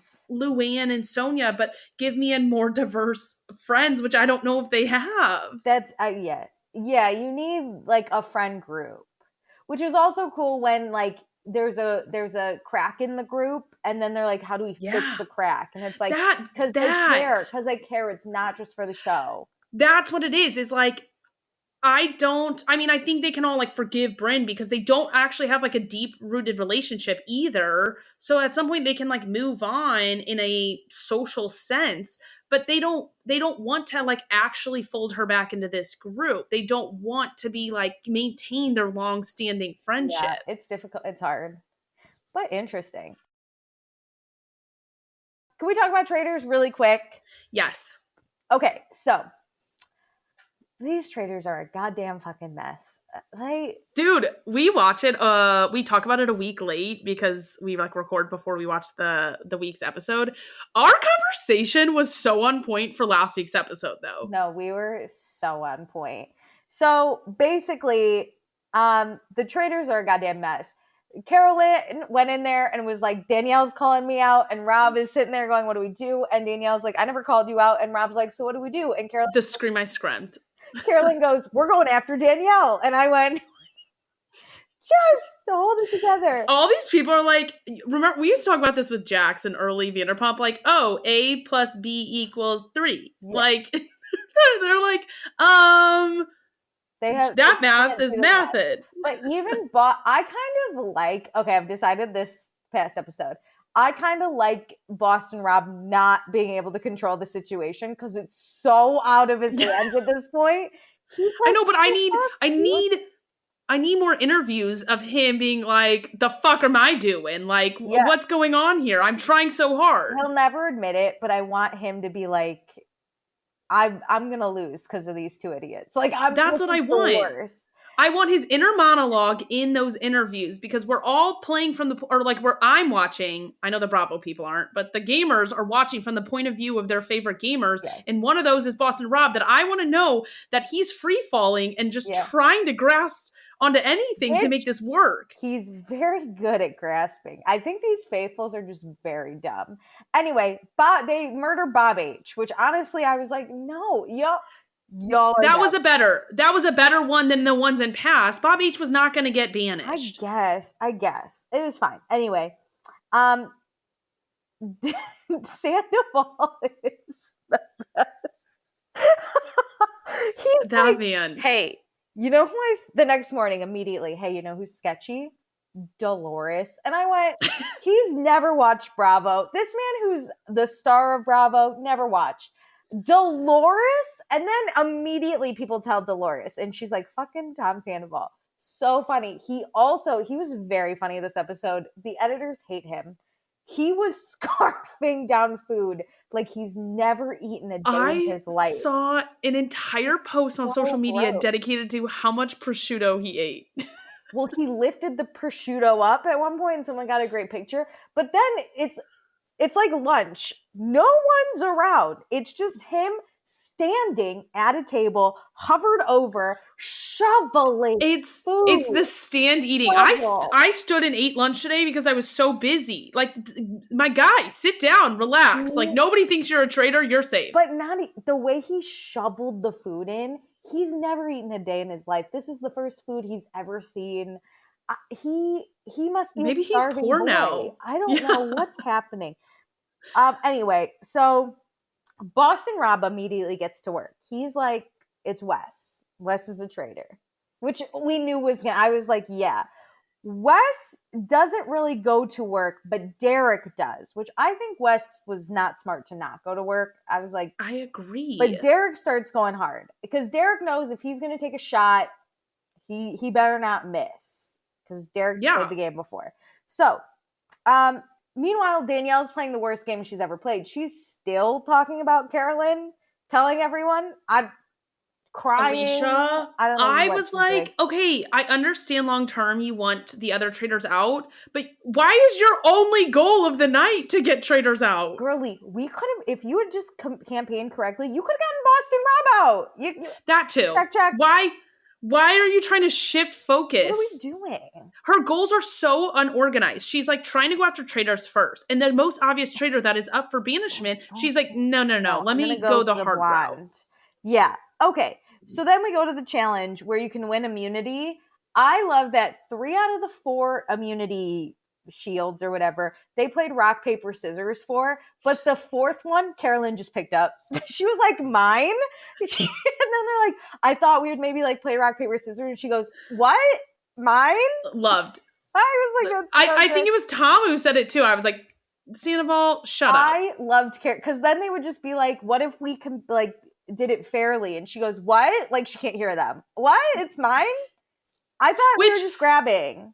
For a minute, I thought, whenever I was watching, I thought she grabbed it because they needed like one traitor to know who had it, like so then they could target. No, she just mine. But now, no, but that theory that I was just thinking of isn't even true because there's traitors in every other group to know who has it. Yeah, Carolyn just. So when they're like, "Shh, we're not going to tell anyone," like, hey, just from a like statistical perspective, there are traitors among you. There's only one group that like maybe won't have a traitor. And then they won't know who, but we know someone in there has a shield. So it's process of elimination. Anyway, so whatever, great. We go to the round. Let's just cut to the round table. There, Alicia. Alan does his thing where he's like, and now the floor is yours. And I scream and I go, Derek, start. Derek, be the first to talk. But no, it's Dolores. And she's like, Tom Sandoval, you called me out. But she was so funny. She's like, I want to hear why. And he goes, it's really hard. And she goes, no, just say it because no one's going to like believe you anyway. So just go. That's how you deal with a round table and an accusation. So good. Dolores can honestly. Dolores went up in my book. Anyway, though, Derek eventually goes, can we just stop this and can I actually say something that matters? And I was cracking up. And he goes for Boston Rob. And I was like, yeah, makes sense. And then Boston Rob's like, I thought maybe Ivor. And I was like, no, I don't know what. He's flailing. And I was like, Derek got him right where he wanted. And even Wes kind of came in. But then the girls, I was like, Boston, I was like, Rob, you're screwing this up, Yeah. but you're singing ship anyways. We talked about it. Like, I thought we he had would it. have 1 week off, and then they would retarget him again. And here it is. This is his time to go. So then the girls were like, well, Wes, mainly my enemy Chriselle out there, she's like, well, Wes, you're really aggressive when you speak.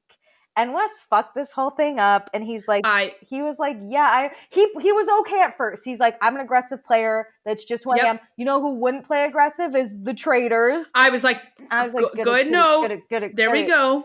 Yeah, but the girls were not letting up, right? They were like, no. Which I don't fault them for going after people. Fine, yeah. But I was like, he gave you a good point. Just like, Derek, they're not smart enough. Here's my other thing. Derek gave literal facts, and the girls were like, but Wes is like kind of mean. And I was like, no. Yes, I know. Ugh. That's the thing. Wes didn't really help his case. No. He like brought up some good points, but like Derek sealed the case, in my opinion. I was like, yeah. But then Wes says the number one thing you should not say on Traitors, you could say this on the challenge, but you cannot say on Traitors, is that I will come for you. And that yucks, because then the girls were like, you're not going to come for us. Because like that only reads as I will kill you tonight. Yes, but also, right, and Wes maybe just, again, on the challenge, this is a very good threat to say, because Wes will win and come for you. Point blank, period. The Traitors are different because you're working as a team, so you can't just get, like, soul power. Well, you can't say, like, you're my enemy. Everybody who votes for me. Everyone's on the same team, quote, quote, you know? Yeah, so, like, you're all supposed to be on the faithful team. So I went, I knew. I was like, oh, no. But then Derek comes back, too, and he's like, well, first Carolyn was like, everyone's using Wes as a scapegoat. It's not Wes. I was like, yeah, Carolyn, show up. And then she goes, it's Danielle. And I went, no. I was like, what? Carolyn, come on. You could have easily started being like, no, it's pile on. It's Boston. Say nothing. Baby. Because in either case for you, Carolyn, it's going to be Boston Rob or it's going to be Wes. Like, you're safe. Or if she wanted to keep Wes, and if she really was gunning for Boston Rob, right? She could have easily just been like, you're using what you're not seeing the big picture. Instead, she's like, it's not Wes, it's Danielle. Don't bring another person into this. That's what it is. Like, we don't need to add another target into this. And as a traitor, you should always be pushing off getting a traitor out and feeding the traitors when it's a good time. Like when they're really hungry for one to shield yourself. Instead, she's like, let me blast a light on Danielle now. That's not the priority. Which is also hilarious because no one else voted for Danielle. So we're not, anyway. So everyone, it's time to vote. Derek does one last, like, I'm doing the facts. No, not one last. He is like whispering to people when Alan's like, hey, we're done. He's like, don't do this. Make sure you Brittany looks at Dylan and she's like, don't vote for Rob. Which I was like, what do you care if Rob knows? What's your issue with Rob? For the drama, the Bravo side, with the Bravo fan base, I'm all in on the drama because I loved that. I loved that. Player, what is Brittany thinking? Why is she close with Rob? Dude. Are they friends from CBS? Like, what is Brittany doing? What is Brittany doing? Because now you're making an enemy out of Derek, dude. Like, it's one thing to vote against, what your friend wants. It is another to be whisper campaigning for people to not go. So we do the vote. The best was my dumbass Chriselle was like, this may seem crazy, but I actually didn't vote for Wes. And I was like, why did you bring it up then? Chriselle, listen, I've never gotten so mad at a woman in my life. Chriselle, I fucking hate you. I don't know what it is. You bug me. After she voted out her friend, people should go, hey, Chriselle, who do you think it is? Because then it's not that person. Why didn't anyone, right? When Chriselle's like, actually, I think it could be Wes. Why was anyone like, well, you thought it could be Nikki based off a look. So here we are. I don't know, Chriselle. Listen, put me in this house just to go against Chriselle every time. Just anything she says, I just troll. God. Anyway, they all vote. Boston Rob surprisingly doesn't get a ton of votes. Wes is kind of like on his way out. But Wes Yeah. will always be one of my favorite reality TV stars of all time. He walks out of there, he goes, "Fuck you guys," and flicks them off.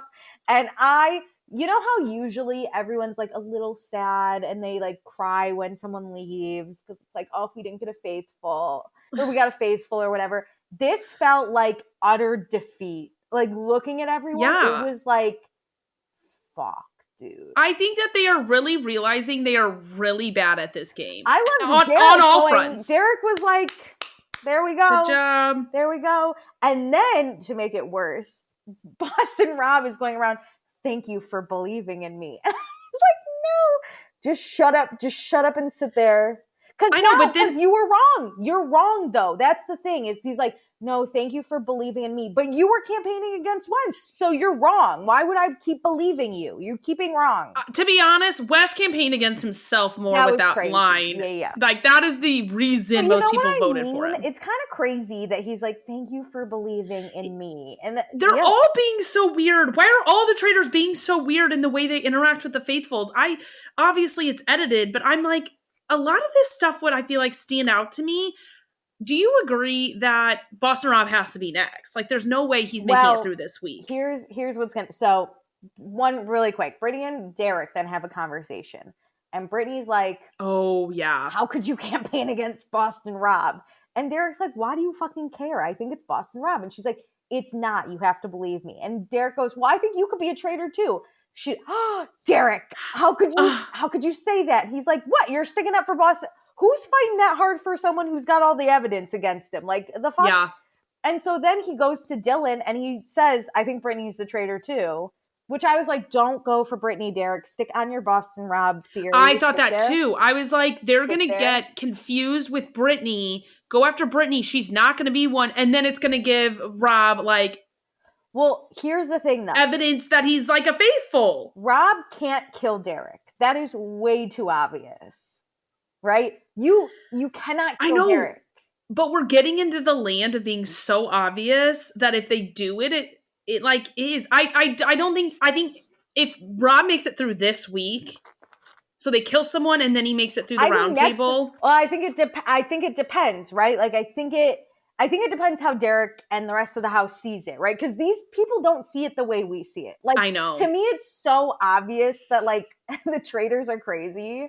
Right? Danielle was caught literally in a room. Like, we heard her voice. And no one's like, maybe it's Danielle. That's what's wild. Because that's not, like, just editing, you know? No. So, like, there are all these things. So, it depends how the faithful see it. If Boston Rob kills Derek, to me, a faithful, I would be like, yo, the number one dude going for Rob is dead. Okay? Everyone else who said Rob's name is dead. Okay? Who was the other guy that said Rob's name? Oh, Bob the drag queen, got him out. He said Rob's name. Like, hello, 1, 2, 3, 4. Yeah. If Derek makes it a week, he really has to play the game right because he has to keep taking a shot at Boston Rob now, right? But if he doesn't get Boston Rob out again, Boston Rob could kill him. But... I know. I think it's worth if Boston Rob makes it through this week, like by the time this is released, the episode's already out, but if he makes it through this week's episode, yeah, I think he kills Derek, even if it causes like some eyes to look at Boston Rob. Every eye is already on you. That's the thing is it's like, how obvious do we want to be? Me as a faithful, I would be like, if you kill Derek, you're obviously it.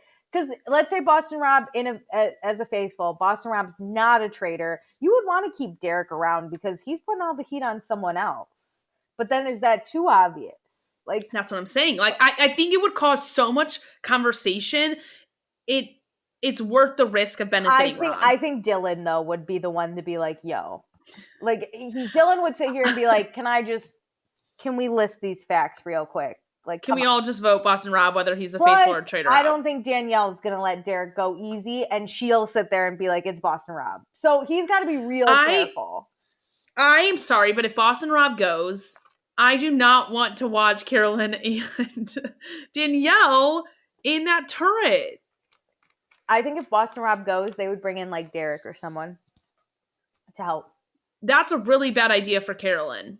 Well, yeah, but But Danielle kind of screwed him in a game. What? I don't like. Yes, it Here's what I'm rooting for. But don't you think Derek would sell out Danielle for the money? No. What am I saying? He wouldn't. Yes, yeah, I think he would. Think he would. Here's what I am rooting for. Okay. I am rooting for Boston Rob to go home this week. Mm-hmm. I want Carolyn to killing.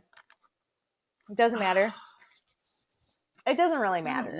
I don't know. You need to kill like Tom, like Sandoval. Like, no, I'd say you kill. If they were smart, you would kill Dylan. But he has no grasp of anything anymore. He had Bob the drag queen, and that's it. Yes, but he can be convinced by facts. You want the Tom incorrect facts. That's helpful. He has not even sniffed out or gone for one of the traitor scents. That's what you want. I think though Derek can get him. I think now you can't get Derek, so you have to look at people who Derek could convince and who are dangerous. And I think Dylan is that person who would listen to reason if he's shown enough of it, right? Yeah. I think Dylan can see it.